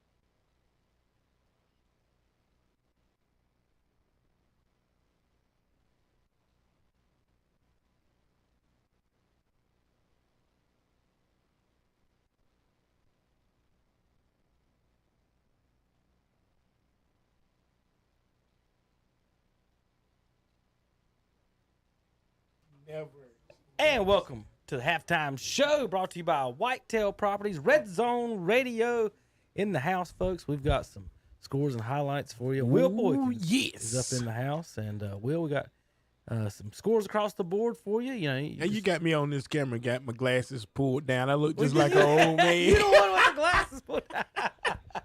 I look like I'm What do you mean you look like like an old man, Will? I got news for you. Yeah, well, you know what, Dennis? Yeah, I know. I taught you. So that makes me older than you. You're right, sir. Well, welcome to the show. Will, we're going to have some highlights here. And just a second, we got 5 games of highlights. Any surprising scores there on the board that you wanted to mention? Well, I was just talking that drone versus Chase. That kind of caught me off guard, and I don't know what in the world Chase is doing out there at drone, or how mad did they make them Wildcats last year when they beat them? I am surprised at the North Lincoln score as well. East Rutherford was doing a little better, making a little better run this year than what it. So those are 2 right off gate. Now the rest of these big scores, they don't surprise. Well, wait a minute. Who is the Hickory Hawks? Charter school. Okay. Because I don't know who they is, but Bunker Hill is whooping up on them, and I ain't seen Bunker Hill score no points. Hickory Pigeons now. They better make all their videos for all their college recruiting videos from this game. Well, last year, Drone lost 2 games the whole season. They lost in the regular season by 1 point in overtime to East Burke. And then they went into the playoffs, won 1, 2, 3, 4, and got beat in the championship game against Mount Airy.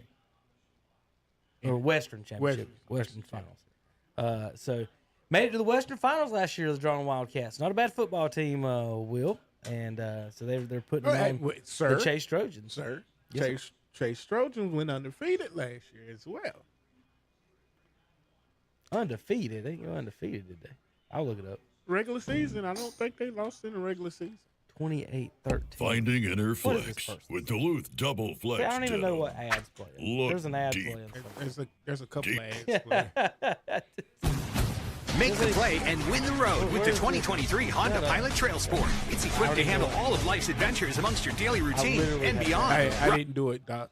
So I can't. I'm just going to shut them up. I don't know. Oh, blame it on JP. We always do. JP ain't even here, so we can't blame it. He's down. That's why we can blame it on him. Can't say nothing right now. He's down the hall. Yeah, Chase, you're right. 12 Berlin last has year. so much to offer. Staying What in the room at Joanna's is gave me playing? a feeling of what it could actually. These stupid side ads.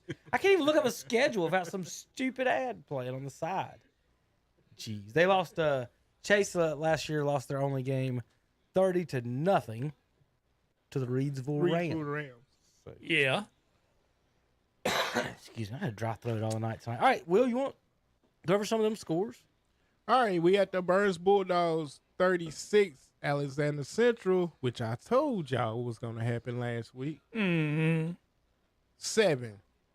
Trevor Ironmen 7, the North Gaston Wildcats 28. Olympic 14, Shelby Golden Lions 27. Chase 13, Drone 27, East Rutherford 7, North Lincoln 49. Ashbrook Green Wave have not got on the board. Mr. Breon, what is your Green Wave doing? 13 to the East Gaston Warriors over Ashbrook. That's now I want to talk about surprising. That's a surprising score. Now East Gaston has give up how many points tonight? 0. Bandy's has given up 0. At this point, Bandy's will be number 1 again, jumping from 1 to 6 in the power poll. East Gaston will probably be number 2 with their win, but Bandy's got a chance to. They looking pretty good right now as far as that's going. Well, we know Chris will fall back because they didn't play this week. Right. And Kings Mountain fell back. Hickory, not the Hawks, but the Red Tornadoes, will be jumping up into probably 3rd place tonight with their win tonight. Well, we don't think the Hickory Hawks is jumping in any position. The Red Tornadoes are up 35-7 right now in Cox Mill. And next week, guys, we will have the Hickory Red Tornadoes hosting East Lincoln on KTC Broadcasting. Oh, boy. So we're going to have us That's going to be a ball game. Good game up in Hickory. You know, your North Lincoln had got the wrong colors and the wrong mascot. Hold on.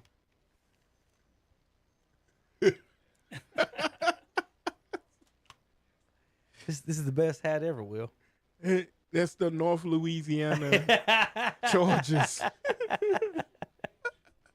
How you like it? It's the North Louisiana Chargers. You're close. You got the north part right.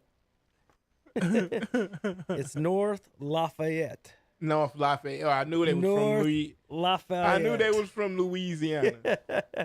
Yep, and if you're from here, you think it's a North Lincoln Mustangs hat. Yeah.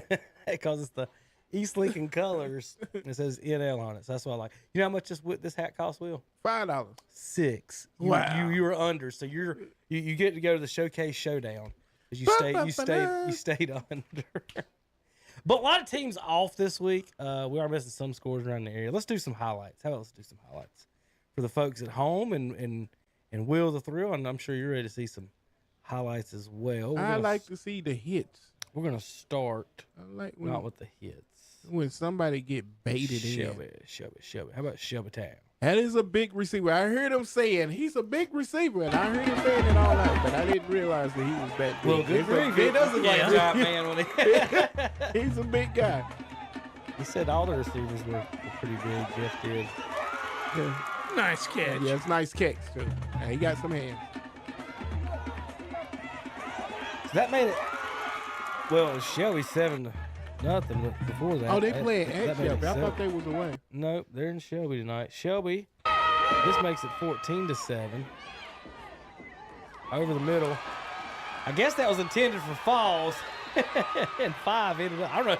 You never know who's intended for. Somebody might have run the wrong route. I either think way. Falls ran the wrong route. But you're not supposed to have 2 guys in that exact same area, I would say. Well, one was crossing. That's what I said. You think so? Both of them was crossing. Who do you think he was throwing it to there? That's the way they threw it up, Will. I think it looks. I think he was throwing it to Hollyfield. The guy that called it? Yeah, he was throwing it to Hollyfield. So touchdown, that made it 14-7 Farmer to Hollyfield on the play. It's a 1-yard run by Hollyfield. Made it 20-7 Shelby over. Is this the Wildcat? Yep.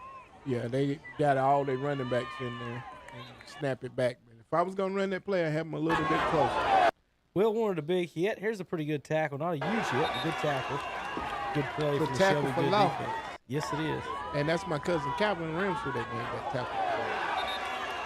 We tell Cuz that if he would go, boom, he could have picked that off. He read it right and paused when he saw it throw it and eased up and made the tackle. I think he could have got it. Right there, he's like, no, I ain't going to do it. And then made the hit. I think he thought about it. He hesitated just for a second. Yeah, that. But good play. You go and miss that ball. That dude runs free. Yeah, but that's a corner's dream, though. Throwing that hitch right in my face like that. I'm like, oh, I want to pick that off so bad and walk in the end zone. But anyway, good play there all around. All right, this is, let's see, this made it Shelby 20-14. Olympic going deep. They got a couple of big receivers. Okay. I thought it was that the Shelby's players were just small, but they got a few big dudes. Those guys He said 6'3", didn't he? Yeah, 6'3". Not small. I think that cornerback there just got beat, Will. No. I'm sure that the cornerback got beat on the play, but I'm just looking at the size. Well, I'll tell you what I think. Those guys are 5'11", 6 foot. I know all they DBs. They don't have one that's over 6 foot. Well, this is what I'll tell you what I think happened. They ran this fake bubble screen to the slot. Safety linebacker, bit. whoever had it, came up on it. The corner came up too, and that's why he ended up behind right there. Yeah. I think the corner right here was up here on that bite and then got beat deep on the. And that's the safety backer guarding two people by himself. They were trying to. But he had his man covered. Yeah, he had to post coverage. The side guy didn't have his deep third because he bit. Shelby 27-14. Nice little run here from 60 yards. That Bridges? Yep. Zoom. No, this is Tristan Tate. Tate. Tate with the touchdown. How many yards? We're going to let it restart. Go back. Right on the 40, it looked like, didn't it? Yeah, 60 yards. And he gone. Man, that safety might be tall, but he can't run that fast. 27-14. That's your halftime score. Now let me switch over to get us some other highlights from around the air on our other games and feeds. Let's go over to What's Up Shopper and check that out. What do you say, Andre? Andre Adonis. It's been a glorious day. Trevor's glorious. Trevor's down 28-7. It ain't been too glorious so far. At Noga, North Gaston. All right, how about I actually thought they was gonna do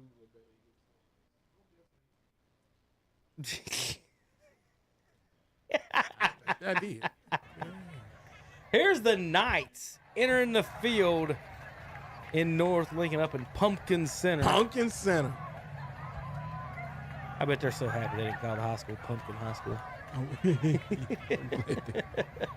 I don't even go there, and I'm glad it was debated. 7-0.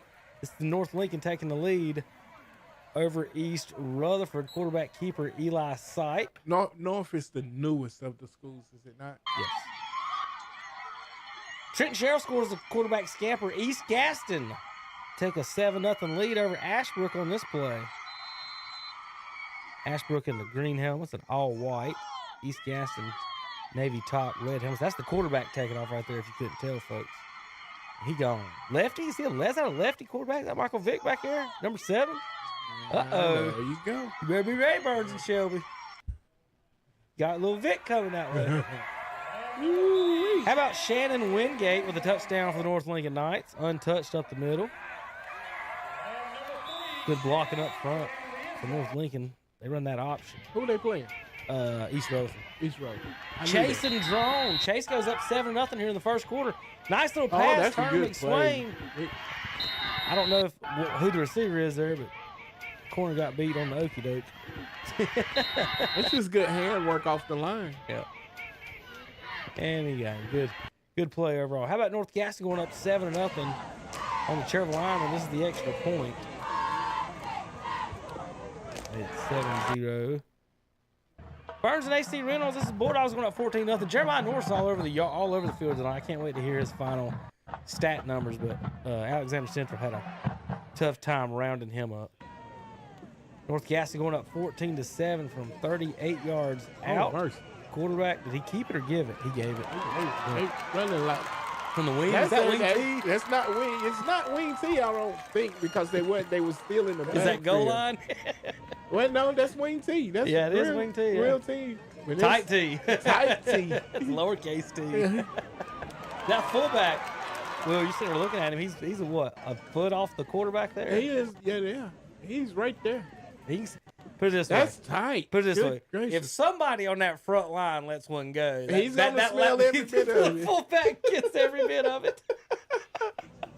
Watch it one more time. Wildcats go up 14-0. Wait, that's when you line up in practice. Like, you sure about this, coach? Hey, coach. I can't get 2 more. Hey, I know, back up just an inch. How about? That's when you scared of your blocking up front. How about Blake McClellan with the touchdown for East Rutherford here, going deep over the top, runs over his own guy. Did you see how he just blows through his own? That's not the DB he runs over, Will. Boom. Why are you in the way? Talk about 2 receivers in the wrong spot. Why are you in the way? No comment. No need for him even to be on that, right? He wasn't. You can tell that he's not supposed to be there. Here's what's even worse, is that I'm guessing somebody from North Lincoln was supposed to be guarding both of them, and neither one of them got guarded. Right? If that guy's in the wrong spot, where's the guy guarding him? He should have been there to pick it off. But it's the best tackle East like made they was all trying night. to play in a zone. That's what it was. So safety's right there, running by. So North Lincoln was in a zone. Yeah. Because you can see the corner drops off. There's because the he safety. thought he had help over top. 21's the safety. Watch where you're going, Yeah, buddy. five just let him go. 21 didn't make it over. But what a play. Contact. All right, North Lincoln, they got a bunch of points, so we're going to see some of them. I don't like when they yell during the play like that. I like the fun announcers, but the ones during the play, I don't know if I like that or not. You want to tell the defense where the ball is or offense. Eli Sight connects nobody home to Owen Hammond. They forgot there was a receiver on the field. Everybody came forward for East Rutherford. That looked like a cherry picking play in basketball when the guy don't run down on defense. Monday in the film room, Will, you're the defensive back. What do you tell Coach? I don't. That's definitely every time that happens, that's the safety's fault. So on that one, I'd be like, Coach is 35-7. Somebody else needs to pitch in a little bit too. Oh my! I was going for the dive, Coach. I didn't think they were going to throw it up 3 touchdowns. I was going for the dive. Chase fails a 2-point conversion, but this touchdown here made it 13-14. Rumbling, stumbling. Devin, the big man here. Oh yeah. Number 10, being a small boy. And I've actually got Chase's roster sitting up right here, so I'm going to go ahead and pull that up. Number 10 is Jalen Rutherford, 6'2", 170, quarterback, defensive back. Does that look like 6'2", 170? That looks like 5'10", 220. That's what I was thinking. You're finally mastering grammar. Definitely looks like 5'10", 220. They might have the roster numbers wrong on Max Brooks. Touchdown run by Drone. Wow, is he out? Yes, sir. Yes, sir. Good grief. Mm-hmm. Maybe not, Will. That's the question. Yeah, there he is. That heel he's looks out. He's out. Well, the referee's only like 2 yards behind him looking at it. What's he looking at? We saw that all the way from Cherville. We in Cherville, so that was that. I think he was calling balls and strikes in Atlanta last night. Out.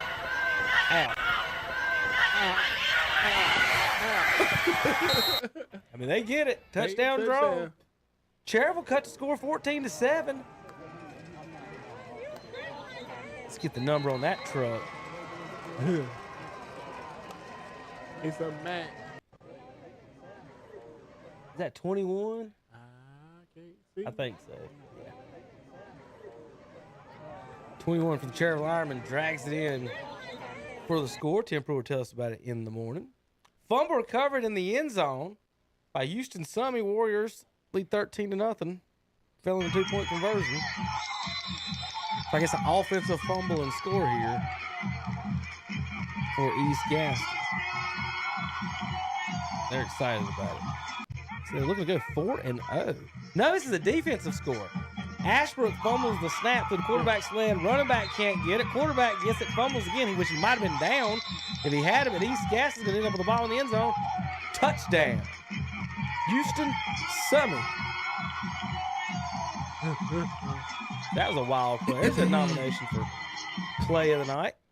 How about the before and after on the kickoff here for North Gaston and Cherryville? I'm guessing they ran this one back because Cherryville, Cherryville cut the lead 14-7, and the very next kickoff, Will. He gone. Pretty good kick. That is a pretty good kick from a high school kicker. And he dropped it too. Yep, dropped it. Oh, he had his head all the way down. Missed a tackle, missed a shoulder, missed a tackle. Oh my gosh, is that really what happened? And he gone. Coach Pruitt's not going to be happy about that one. I mean, he broke 5 tackles. Let's see. Deep kick, lands on the 10, bounces around. Oh, it landed on. Look like the 7. Was it inside the 10? That guy got shook. Missed tackle, spin. That guy 14 tried to tackle him with his right shoulder. He didn't even know he was. He turned his back to the play. Yeah. 14's got contained. He's jogging. Oh, yeah. He just turned his back to the play. Coaches don't. When coaches watch the film, I'm sure they going to say a whole lot on that.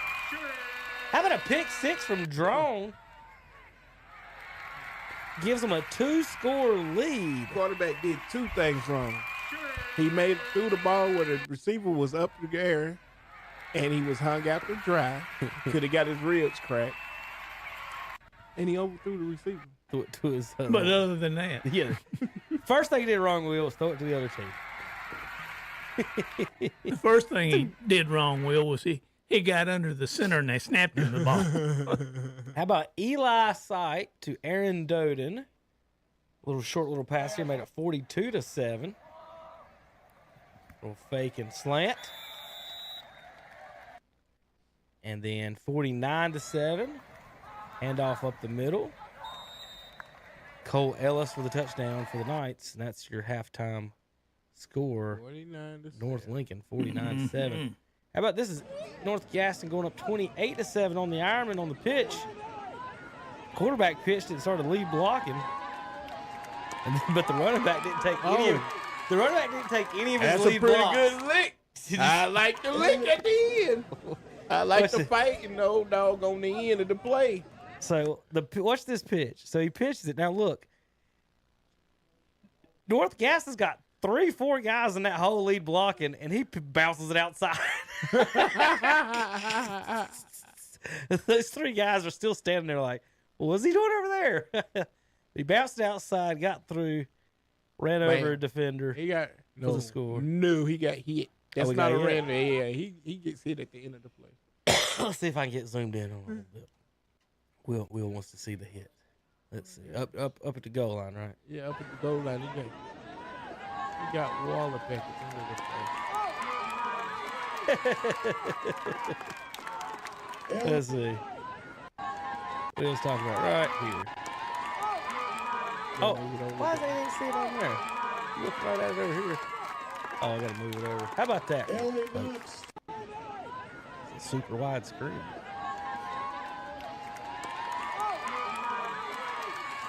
That what you want to see, Will? Yeah, with the shoulder into it. Head goes back. He don't care. He got the score. Young man walking off the field, though, he's eyes still. He don't care. Yeah, you're right. You're probably right. How about North Lincoln opens up the second half with some more trickery. End zone 56-14. Oh, wow. I guess East Rutherford scored in the first half. First offensive play from scrimmage. Landon Flynn's 61-yard pass. East Rutherford touchdown. We didn't get that one on the video, folks. But it doesn't matter. North Lincoln scored just a minute later. 9 minutes to go to the ball game. I guess they're running some clock out a little bit there. So they're winding out there at halftime. So they've got the starters out at least. All right, guys, we're going to take it back out to the games and find you a game to listen to. Close games. We got pretty much blowouts across the board on us. Shelby and Olympic, pretty close game, 27-14, and Drones 27-13 are our two closest games. We're going to start you with Drone and Chase and go with there. Yard or two. Yeah, very short yardage gain on first down for the Trojans. Nothing in the left-hand side of that Drone defense there. Drone stopping them there. It'll be second and long now for the Trojans. So a 2-yard gain, and that 2-yard gain, of course, coming off of the main running back tonight. Due to what's going on with Cade Davis, they have been using more of Zion Murray. And let's see if this offense, including the passing game, under quarterback McSwain can come alive. McSwain wanting to pass here. He's got his man over the middle, the slant, good to the 30 to the 33-yard line. And guess who? Jahari Mosley. Yeah, Jahari Mosley with big catch coming out of that break right there. I know they was trying to get him the ball. They did it all first half there. I know they was going to be a big playmaker for him right here in the second quarter, trying to get that touchdown before halftime. Make this a one-score game. That was a Mi Pablito Mexican first down. You're always welcome at their table, Mi Pablito. That was a 16-yard pass play a while ago. The connection from McSwain to Jahari Mosley. On this play, it's back to the big man, up the middle, and falling over some tacklers, and a decent run to the 36-yard line by Mosley. Yeah, about a 3 or 4 yard gain from Mosley on that first down call right in the middle in the teeth of the Drone defense. They got second and manageable now for the Trojan offense.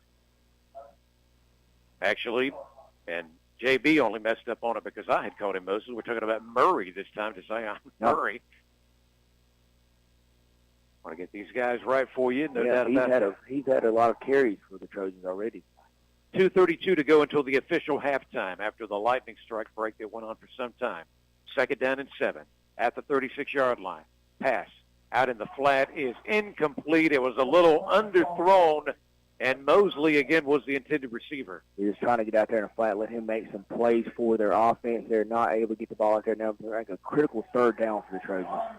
They really need to convert right here and not turn the ball back over to Drone. Keep this drive alive and try to get this down to a one-score game. The Trojans need this. They're down 28-13 with just over 2 minutes to go until halftime.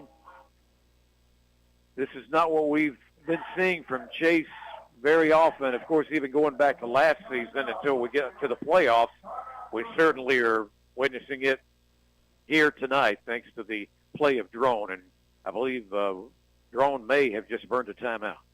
It looks like the timeout was actually took by Chase. They know it's a big play in this pivotal point of the game. They know they need to try to put a touchdown on the scoreboard, or at least keep this drive line and keep the ball away from Drone. They did not need to turn the ball back over to Drone, and Drone score again before halftime. And they think Coach Cogdon and the group just want to talk to the player, make sure we get it right, make sure we get the matchups we want, see if they can go out and make a conversion and keep the drive moving.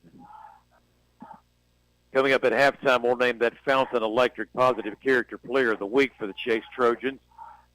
And we love telling you about that particular player because it's so much of what they do away from being on the football field, away from practice. One of the great awards we give out each and every week. I always look forward to hearing that. There's always some great stories from potential players from East Chase, RSTJ, wherever we're out that week. And I cannot wait to see who that is going to be for this week. Triple receivers to the near side of the field, one to the far side. The one running back is Murray. McSwain knows he needs 7 yards at least for the first down. He's got time to throw. He's got his man on the far side of the field right at the marker, and he'll get a yard more. That will be a Chase first down. And I want to give credit to Chase offensive line right there that's able to give him time to throw. If he's able to step into the pass and make a good throw. McSwain put it right on the dot to Jahari Mosley over there in the far side of the field. Another Mi Pablito Mexican first down for the Trojans. Keeping drive the line right here with just under 2 minutes to go in this game, in the second quarter.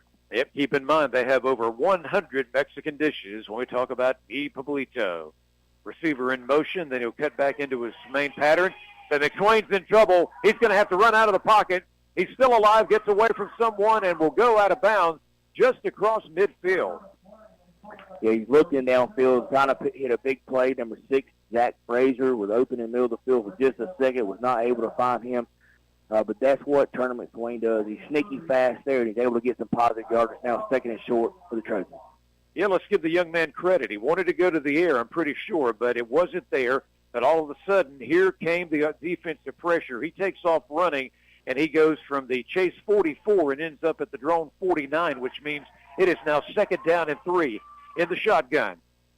Coming away from the pocket, lets it fly, and he's going to overthrow the intended receiver at the 46. I believe that might have been Zach Frazier. He was looking for Zach Frazier on the near sideline there, not able to make that play. A little bit overthrown, as you mentioned, Paul, and now it's a pitiful 3rd down here for Chase. 3rd and about 4 yards to go. And we're also eyeing that clock, JB, a minute 35 until halftime. I think this is 2-down territory. Chase does not get this on 3rd. I suspect they'll probably go for it on 4th down here, because what's going to happen is after halftime, Drone gets the ball first in the 2nd half. They'll have to kick off to them. They know the down 2 scores would not be a good thing. This is a big one coming up here for QB Turner McSwain, the junior for the Chase Trojan. He calls out the signal. Steps back in the pocket. He's got to let it fly. The defense was coming. The pressure was coming, but he may have been hit late. There's a flag in the backfield. Yes, and that is going to be a killer for Drone, because that's going to be roughing the passer call there, and that is what's going to be called be a 15-yard penalty on Drone. They had him stop there on 3rd down. Instead of a 4th down call down, but automatic 1st down Trojan. That's one of those BAM LLC penalty flags, marketing and promotion at its best, especially across western North Carolina. They help brick-and-mortar businesses remain relevant. BAM LLC. Yeah, that's just not a smart play by the Drone defender there, because they really had that set up well. Well, Chase had it set up well as far as the screen pass goes. He was not able to convert that, and that pass was dropped there, so that would have been 4th down there, and run it to the quarterback, and they got to know exactly where they're on the football field to avoid doing that. Well, thanks to the flag, you get some considerable yardage. You've got a Meet Pablito 1st down, and you've got a new set of downs that's 1st down just inside the Drone 35. Chase needs to take advantage of this. They are down 28-13 with a minute 30 to go until halftime. McSwain looking. Now he may have to run out of the pocket. Here comes the defense. He's in trouble, and they're trying to drag the ball out of his hands. He takes a hard hit. He's down at the 35. Yeah, but what a job that McSwain has done there. Just looking, nothing down the football field. Able to tuck it in and get some positive yards, and that's what he needs to continue to do. Just not make the mistake by throwing an interception or taking a big sack. That's what they cannot afford to do, and credit to him. He's been in these situations before. He's able to just do that and take what he could get, and that's it. It may have been Chase that just took another timeout with a minute 18 to go in the first half. Are you competitive? Did you end up signing up? You love to solve puzzles? You love to get your hands dirty, challenge yourself? Well, hopefully you form that team of 4. Be there. Support them tomorrow. It's the Thermal Belt Rail Trail's amazing race on Saturday, September 9th. That gets underway in the morning. Tickets are now going from, I think, $25 to $30. You get T-shirt. You get the bandana. There's going to be pizza from Flyboy Pizza. There's going to be later an award ceremony during Forest City and the Movement Fest. It's thermalbeltrailtrail.com. If anything, get out there and support those that signed up. It's going to be a fun time. Get dirty. Have a great time. Flex your muscles at the Thermal Belt Rail Trail Amazing Race. Yeah, that's going to be a great event that you mentioned, that we mentioned a couple weeks ago, too. Just cannot wait to see how many people shows up for that. It's going to be awesome. Ought to be a great day for that. And now out of the timeout, here we go. Chase with a minute 18. Still plenty of time. They've just got to find a way to either get in the end zone or pick up another first down. The one running back in the backfield, QB. And here comes the pressure again. McSwain in all kind of trouble. Deep in the backfield. The ball may be loose. And I think Chase got back on top of it, but they're going to lose yardage back to the 43-yard line. Yeah, big sack by Drone there. Fortunately for Chase, number 10, Zion Murray was able to jump on the ball. However, it looks like it's going to be 3rd and about 20 now coming up for the Trojans. So they might Drone now. Excuse me. Yep. You're right. Drone is now going to burn a timeout. JP wasn't sure which way it was going to go there. The official was thinking both ways there, but it looks like Drone will take that timeout.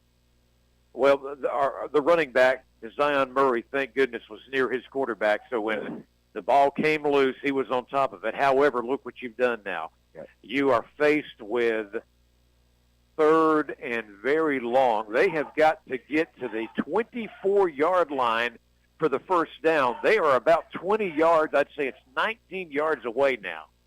It'll be interesting to see what Chase calls here. I can see maybe Jahari Mosley on some type of play down the field, some type of wheel route maybe, or maybe it's going to be some type of screen pass to maybe number 4, Devin Mosley there, or maybe it's going to go trick everybody and try to throw it over there to Zach Frazier. A lot of options for Trojan offensively, but need to set up a big play. I think it's screen. If they're going to go for it on 4th down, a screen play here that they try to set up. The last play they were not able to get, but they did get the 15-yard penalty for the personal foul call.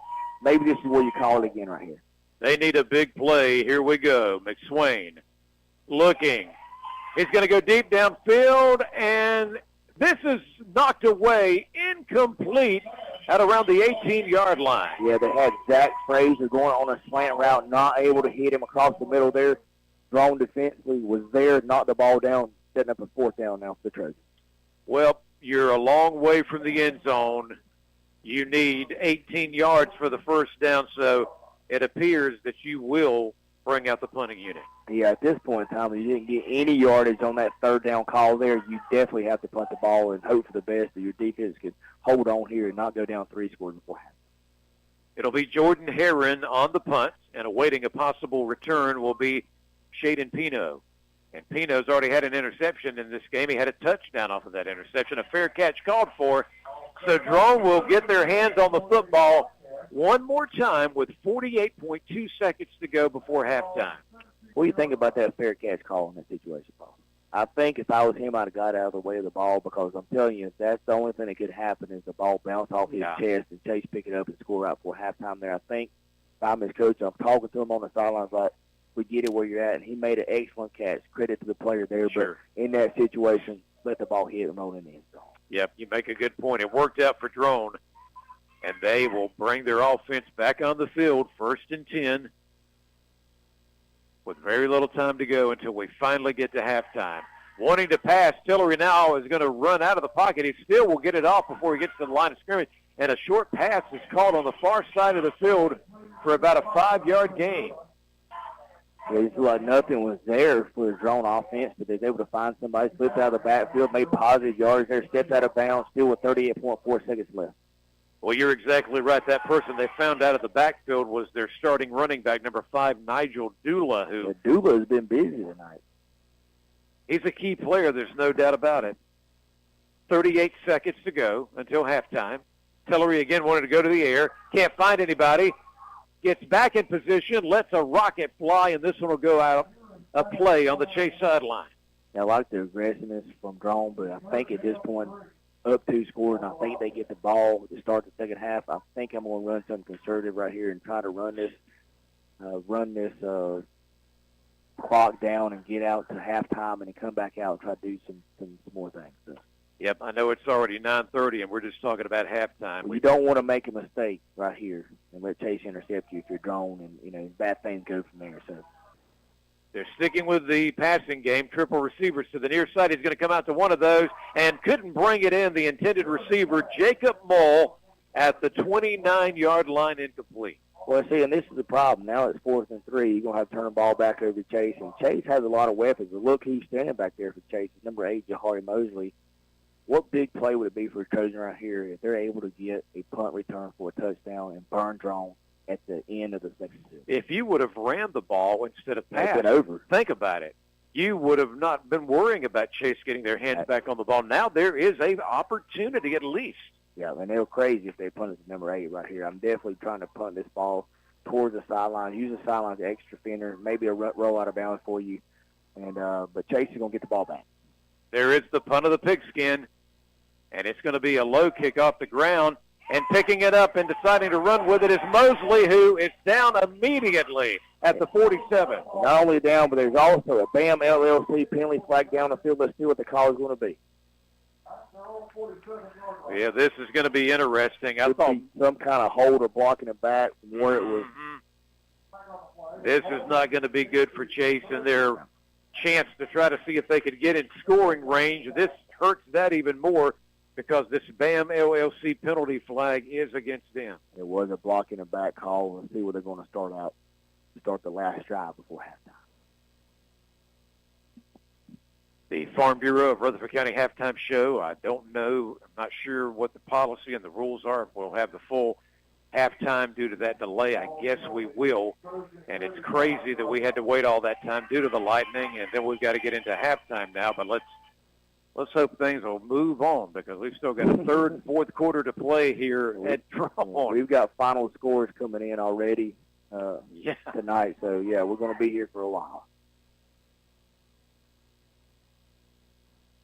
Triple receivers to the near side of the offensive formation, one to the far side, and Turner McSwain wanted to go to the air with a little bit of time he's got. He's running out of the pocket, lets it fly, and all over the back of the intended receiver. BAM LLC penalty flag is still from here. Easy call by the official. That's going to be pass interference against Strong. Getting there early, and that'll move them almost to the 50, looks like. The intended receiver for the Trojans was the junior Zach Frazier. Zach, by the way, was wrapped up well before the ball ever got to him, so that was of course, a very, very well-needed penalty flag. Yeah, Zach Frazier is giving him a piggyback ride right here before halftime. That's about what it looked like. Well, this is going to help the Trojans, but the sad thing is there's only 8.6 seconds, so this could be the last play of the first half. Yeah, I don't mind those penalty flags, and if I'm drawn right now because of penalty flags, but I'm thinking high school is only 15 yards there, so you don't want to give up a touchdown, period. Turner McSwain getting some blocking. Now he's going to have to get out of the pocket, going to go deep downfield. There's a lot of defenders. Chase catches it and in for a touchdown. The pass was perfectly thrown behind two defenders. What a job by the Trojans. And that's what we just talked about that you don't need to do is turn the ball back over to prolific offense like Chase. Drawn with a huge mistake right here for halftime. Now we got a game on our hands. Was that Jahari Mosley? Jahari Mosley with a big catch. Unbelievable. I didn't think there was going to be any way that this could work out, but you got to give credit to the Chase QB, Turner McSwain, a perfectly thrown football. And now Chase with the timeout, or they're going to go for 2 points right here, trying to set that up to make this a 7-point game. Let's see what they call coming back out of the timeout. There is no time on the clock, by the way. They'll just come out for either the PAT, the kick, or they will line up for a 2-point conversion. I just can't believe the huge mistake of that. That just amazes me right here that you don't run the ball, run the clock out, up 2 scores, and getting the ball in the second half. Chase was very fortunate. Like you said, JB, if it hadn't have been maybe Drone getting a little bit greedy, deciding they were going to go to the air deep in their own territory about every play that didn't work out, they didn't get a first down, they punt the ball with just under 30 seconds to go. Chase gets it back. There's a penalty that backs Chase up. After that, there's a penalty for a receiver being pulled down before the pass got there, and then we just see that huge pass play of McSwain connecting with, of course, Jahari Mosley. Now number 8 is in the Wildcat for Chase. Jahari Mosley with the ball. Yep, he did a little hesitation move. He's trying to cut the corner. Can he get in? And again, he can't do it, and that is not good for the Trojans as we go to the half. But at least they cut into the lead. And on the Stanton Enterprise McDonald scoreboard at a long-awaited halftime, Drone 28, Chase 19. And it appears we will have a shortened halftime as the clock is started at 7 minutes. So that's good news, folks. You won't have to wait that long before we move to the third quarter in the second half. I'm just curious to what's going to happen in this second half there. Wow, what a mistake by the Drone coaching staff. We will see if that comes back to bite them. Only up 9 points down there. We'll be back with our coverage from Drone. You're listening to Rutherford County's High School Football Clash of the Week on Downtown Radio, WAGY at 107.5 FM. McDonald's is your go-to location for popular food items before or after the big game. Everything from crispy chicken sandwiches to Big Mac hamburger, world-famous French fries, and tasty McCafe beverages. Stanton Enterprise McDonald's owns locations in our region from Forest City to Spindale to Columbus, and even in Bowling Springs across from Gardner-Webb University. They also support the Ronald McDonald House for children in need. Look for the Golden Archers at those Stanton Enterprise McDonald's locations today. It's over there too. Yep. Cater to throw. He throws a jump ball. It's tipped, picked off. And that's Camden McGill, and he breaks one tackle. He's can't break out of the second one, so he's brought down at about the 16 of Shelby. But another turnover forced, and Jeff, it took a long time for Shelby to get the turnovers going in their favor, but now they've come in bunches here. Yeah, 3 straight turnovers. There's 5 minutes to go here in the third quarter. And Shelby is really threatening to totally break this game open. The ball's going to be just inside the Shelby 16. So Shelby with the longest field they've had of the second half by far. Farmer will hand it to Tate. Gets good blocking around the right side, and flag comes out from behind. Probably a hold. Yeah, it's going to be a hold.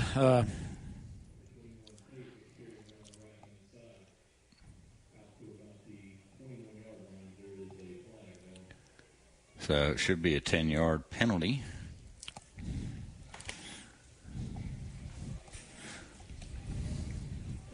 Be first and 20.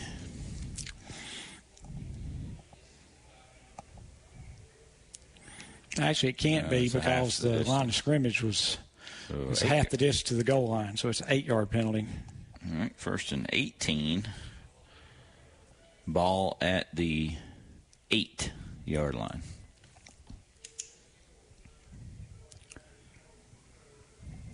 And handoff again. That may be a different running back than Tate. That looks like the other Tate, maybe. Let's see. It's going to be about a 6, maybe 7-yard gain. Well, that was Jalen Tate. So he gets 7 yards. Be second and 11, I believe. There's another penalty flag down. Face mask on Olympic. 5-yard face mask version. That's even bigger though, because you get the 6-yard run and then you get 5 yards tacked onto it. Yeah, now you're looking at second and 6, just like that.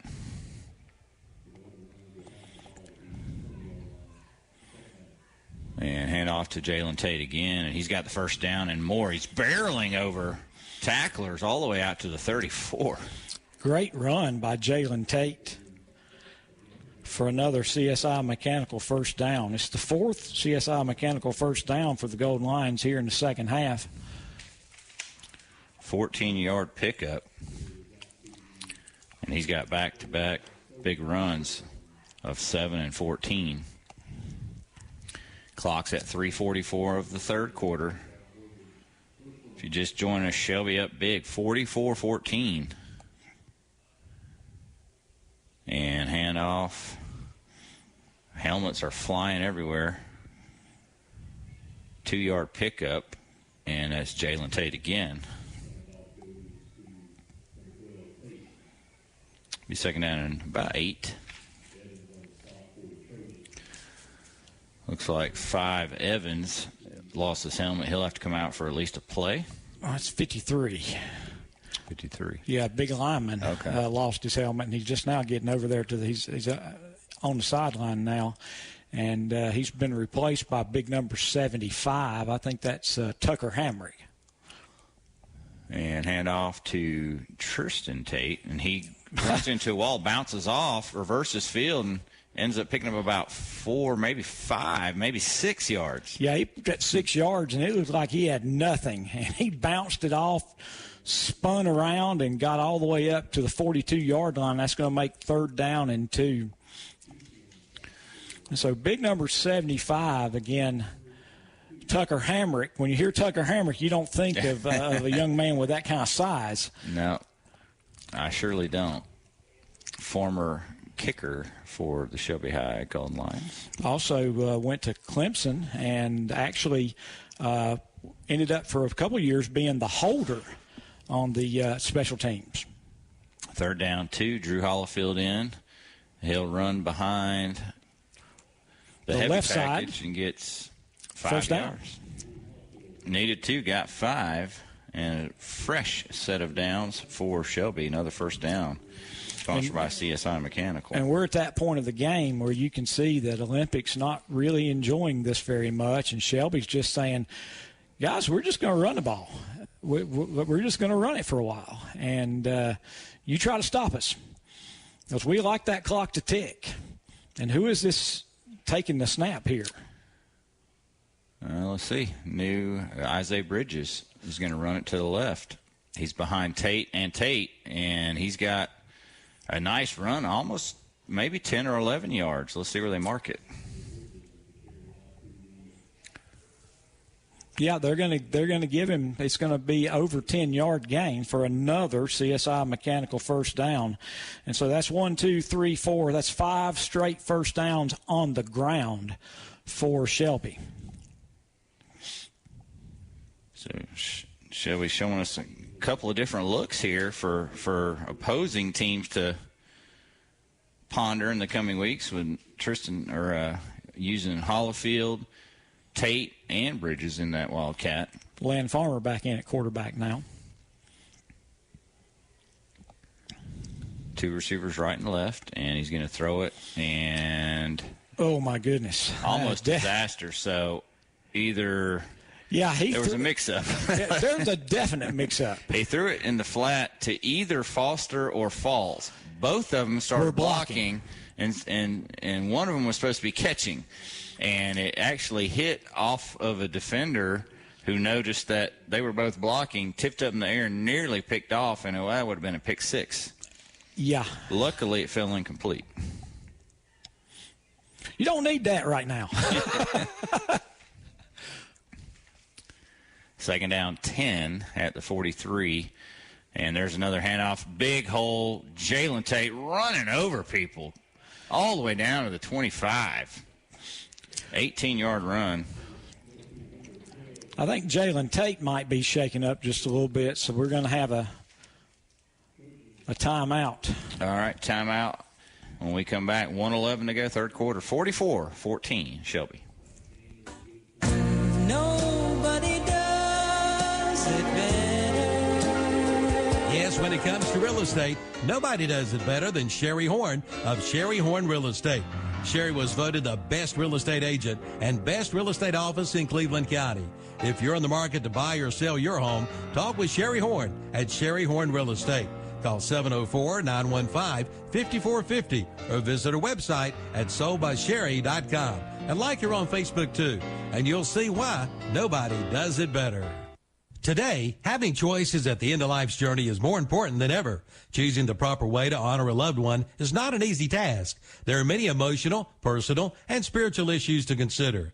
Now, there is a new alternative to traditional burial and flame-based cremation. Foothills Aquamation is a water-based natural process that gently returns your loved one's remains to their natural ash form. Learn more at StammyTysingerFuneralHome.com or drop by their offices in Falston and in Cherryville. The Transportation Administration of Cleveland County continues to operate TAC, Cleveland County Transit and Reach. The Cleveland County Transit route will continue to be free to ride until further notice. For more information, call 704-482-6705. Again, 704-482-6705. For schedules and times, visit TaxShelbyNC.com. That's TaxShelbyNC.com. Drivers clean and sanitize their vehicles every route. Triad Corrugated Metal in Lincoln is this area's headquarters for premium metal roofing and supplies. And now just arrived, square tubing for metal carports and metal buildings. Give them a call at 980-429-2278 for pricing and sizes. And they have a wide variety of colors. Visit the website at triadcorrugatedmetal.com. And like them on Facebook, too. Triad Corrugated Metal, 108 Industrial Park Road in Lincoln. Jeff, I think the injured line was Jalen Tate. I think it was, and he made it off field under his own power. So that means Nick Norris is going to get a couple of carries here. He's down to the 23, so that's going to be a pickup of 3. Second down and 7. We're down inside of a minute to go here in the third quarter, and it's been a really good third quarter for the Golden Lions, Brent. 17 points on the board already, and they're second down just outside the 20. They're on the 23-yard line, so that's almost in the red zone. Shelby's going to need to run another play. I think they were wanting to run this down and go to the fourth quarter, but they don't have enough time left on the play clock, so they're going to have to run another play. 12 seconds left on the play clock, 22 left on the game clock. And it'll be a pass to Hollifield. Gosh, that looked like it was to Bridges, and then out of nowhere came Hollifield to catch it. Short gain. And that will get us to the end of the third quarter. All right, so we head to the fourth quarter. 44-14, Shelby on top on the No Malarkey Mr. Sparky scoreboard. We'll be right back. Take your pick on a brand new Bobcat mower from West End Sales in Vail. Pick 0% APR financing for $60 or get an $800 instant rebate. You just take your pick and pick out your new Bobcat mower. Take a look at a Bobcat ZT2000, $500 instant cash rebate. A Bobcat ZT3000, $700. To get a couple of more yards, he's down at the 40-yard line, and that will be a Pablito first down. Yeah, number 5, Nigel Dewar there, 6 foot, 210 pounds. You know, he's been hitting the backfield a couple times, and every time he gets his jersey grabbed or, you know, somebody wraps him up, he's able to fall forward. He's able to get that positive yard. That has really been the Drones' advantage. Double receivers to the near side of the field and 2 to the far side. And quarterback again wanting to pass. Now deciding to run out of the pocket. And he throws an interception right into the hands of the Chase Trojans. I believe that was Tylen Payne who's got it at the Chase 47-yard line. Yep, and now Chase is set up good because they can kind of relax there. They made the stop defensively that they need. Now only a 9-point game. If they can put it in the end zone right here, this game has turned, and that is turned on that big play to end the second quarter. So I'm going to put that in my notes that at the 10:36 mark of the third quarter, on the opening offensive series of the second half, the quarterback has just thrown an interception, and Chase has got it 1st and 10, close to midfield. They'll go to the run, up the middle with a hole, plenty of yardage, first down yardage and more, taking it to the 40. There goes the big man, to Zion Murray. Yeah, and that'll be a Pablito first down there for Chase. And you just see the momentum has just changed on the field. You see Chase is up, ready to go, and you see drawn line. Here we go. He didn't quite get to the 40. That's where he got up from. They say he was down closer to the 42. Nonetheless, though, it's still a first down. 1st and 10. You're back in drone territory, and you're down 28-19. We're under the 10-minute mark of the third quarter on a late night due to a lightning delay earlier tonight. Back to Murray. Murray trying to find one of his offensive linemen. Rides that back for a moment. A short gain to the 40. Yeah, number 21, Marshall Brinkley there from his outside linebacker position, making the tackle for Drone. 2nd and 8 now for the Trojans. While final scores are all over the place already tonight, it's a little different here due to the weather. We never saw the Lightning inside this stadium, but off to the distance nearby they did. They delayed the game. It was not delayed for just 31 minutes. They must have saw another strike, so it was some time before we finally got back underway. But we know that everybody had to be safe and secure. 2nd down and 8 for the Trojans, led by a QB, Turner McSwain. Look at the pass this time. The slant was going to the intended receiver, but got knocked away by a defender. Incomplete. Yeah, they were very fortunate. That got knocked down because number 6, Jack Frazier, on the little slant pattern was open, and look, the ball was going to go to him. Now set up a pivotal 3rd down for the Trojans. I was just going to say that's one of the things that I've hated to see. There's been 2 or 3 times in this game that Zach Frazier was going to get involved, and there's been somebody either get their hands on the ball or the ball, and he is out of bounds on the Chase side of the field, but is everything coming back? Yeah, I would imagine when that was called, it's going to be some type of hold. Yeah, it is going to be holding against Chase there. Drone's very, very fortunate to get that call because Swain went and got the first down after that on that run. Man, that's just a killer for the Trojan offense. That is one of those BAM LLC penalty flags helping brick-and-mortar businesses remain relevant. Look them up. Give them a shot. BAM LLC. Now I'm curious to see what the Trojans want to do right here. It looks like it's going to be about 3rd and 18. Do they try to screen pass here? They try to get it with number 8, Jahari Moses. This is an important time in this game. You're down by 9. You're the Chase Trojans. The cowbells are ringing on the home side. 3rd and 17. It will be just a short pass. Murray's got it. Has he got enough? He's taking people with him. He's going to be very close, but maybe a yard or two short. He's going to be down apparently at the 35-yard line. Yeah, but that was a good call. We called it up here in the booth. A screen pass. Now they can go for it on 4th down. They're in drawn territory. No way they're punting right here. Coach Cogdale is going to put his foot on the gas and try to get this first down. And maybe we should see more of that because that one was good for a 15 to 16-yard pickup for Chase. They will go for it. The offense is staying on the field. 4th down and a short 2. I'm really surprised that Jahari Moses is not in the Wildcat. Let's see what the call is going to be there. They're keeping McSwain in the QB position.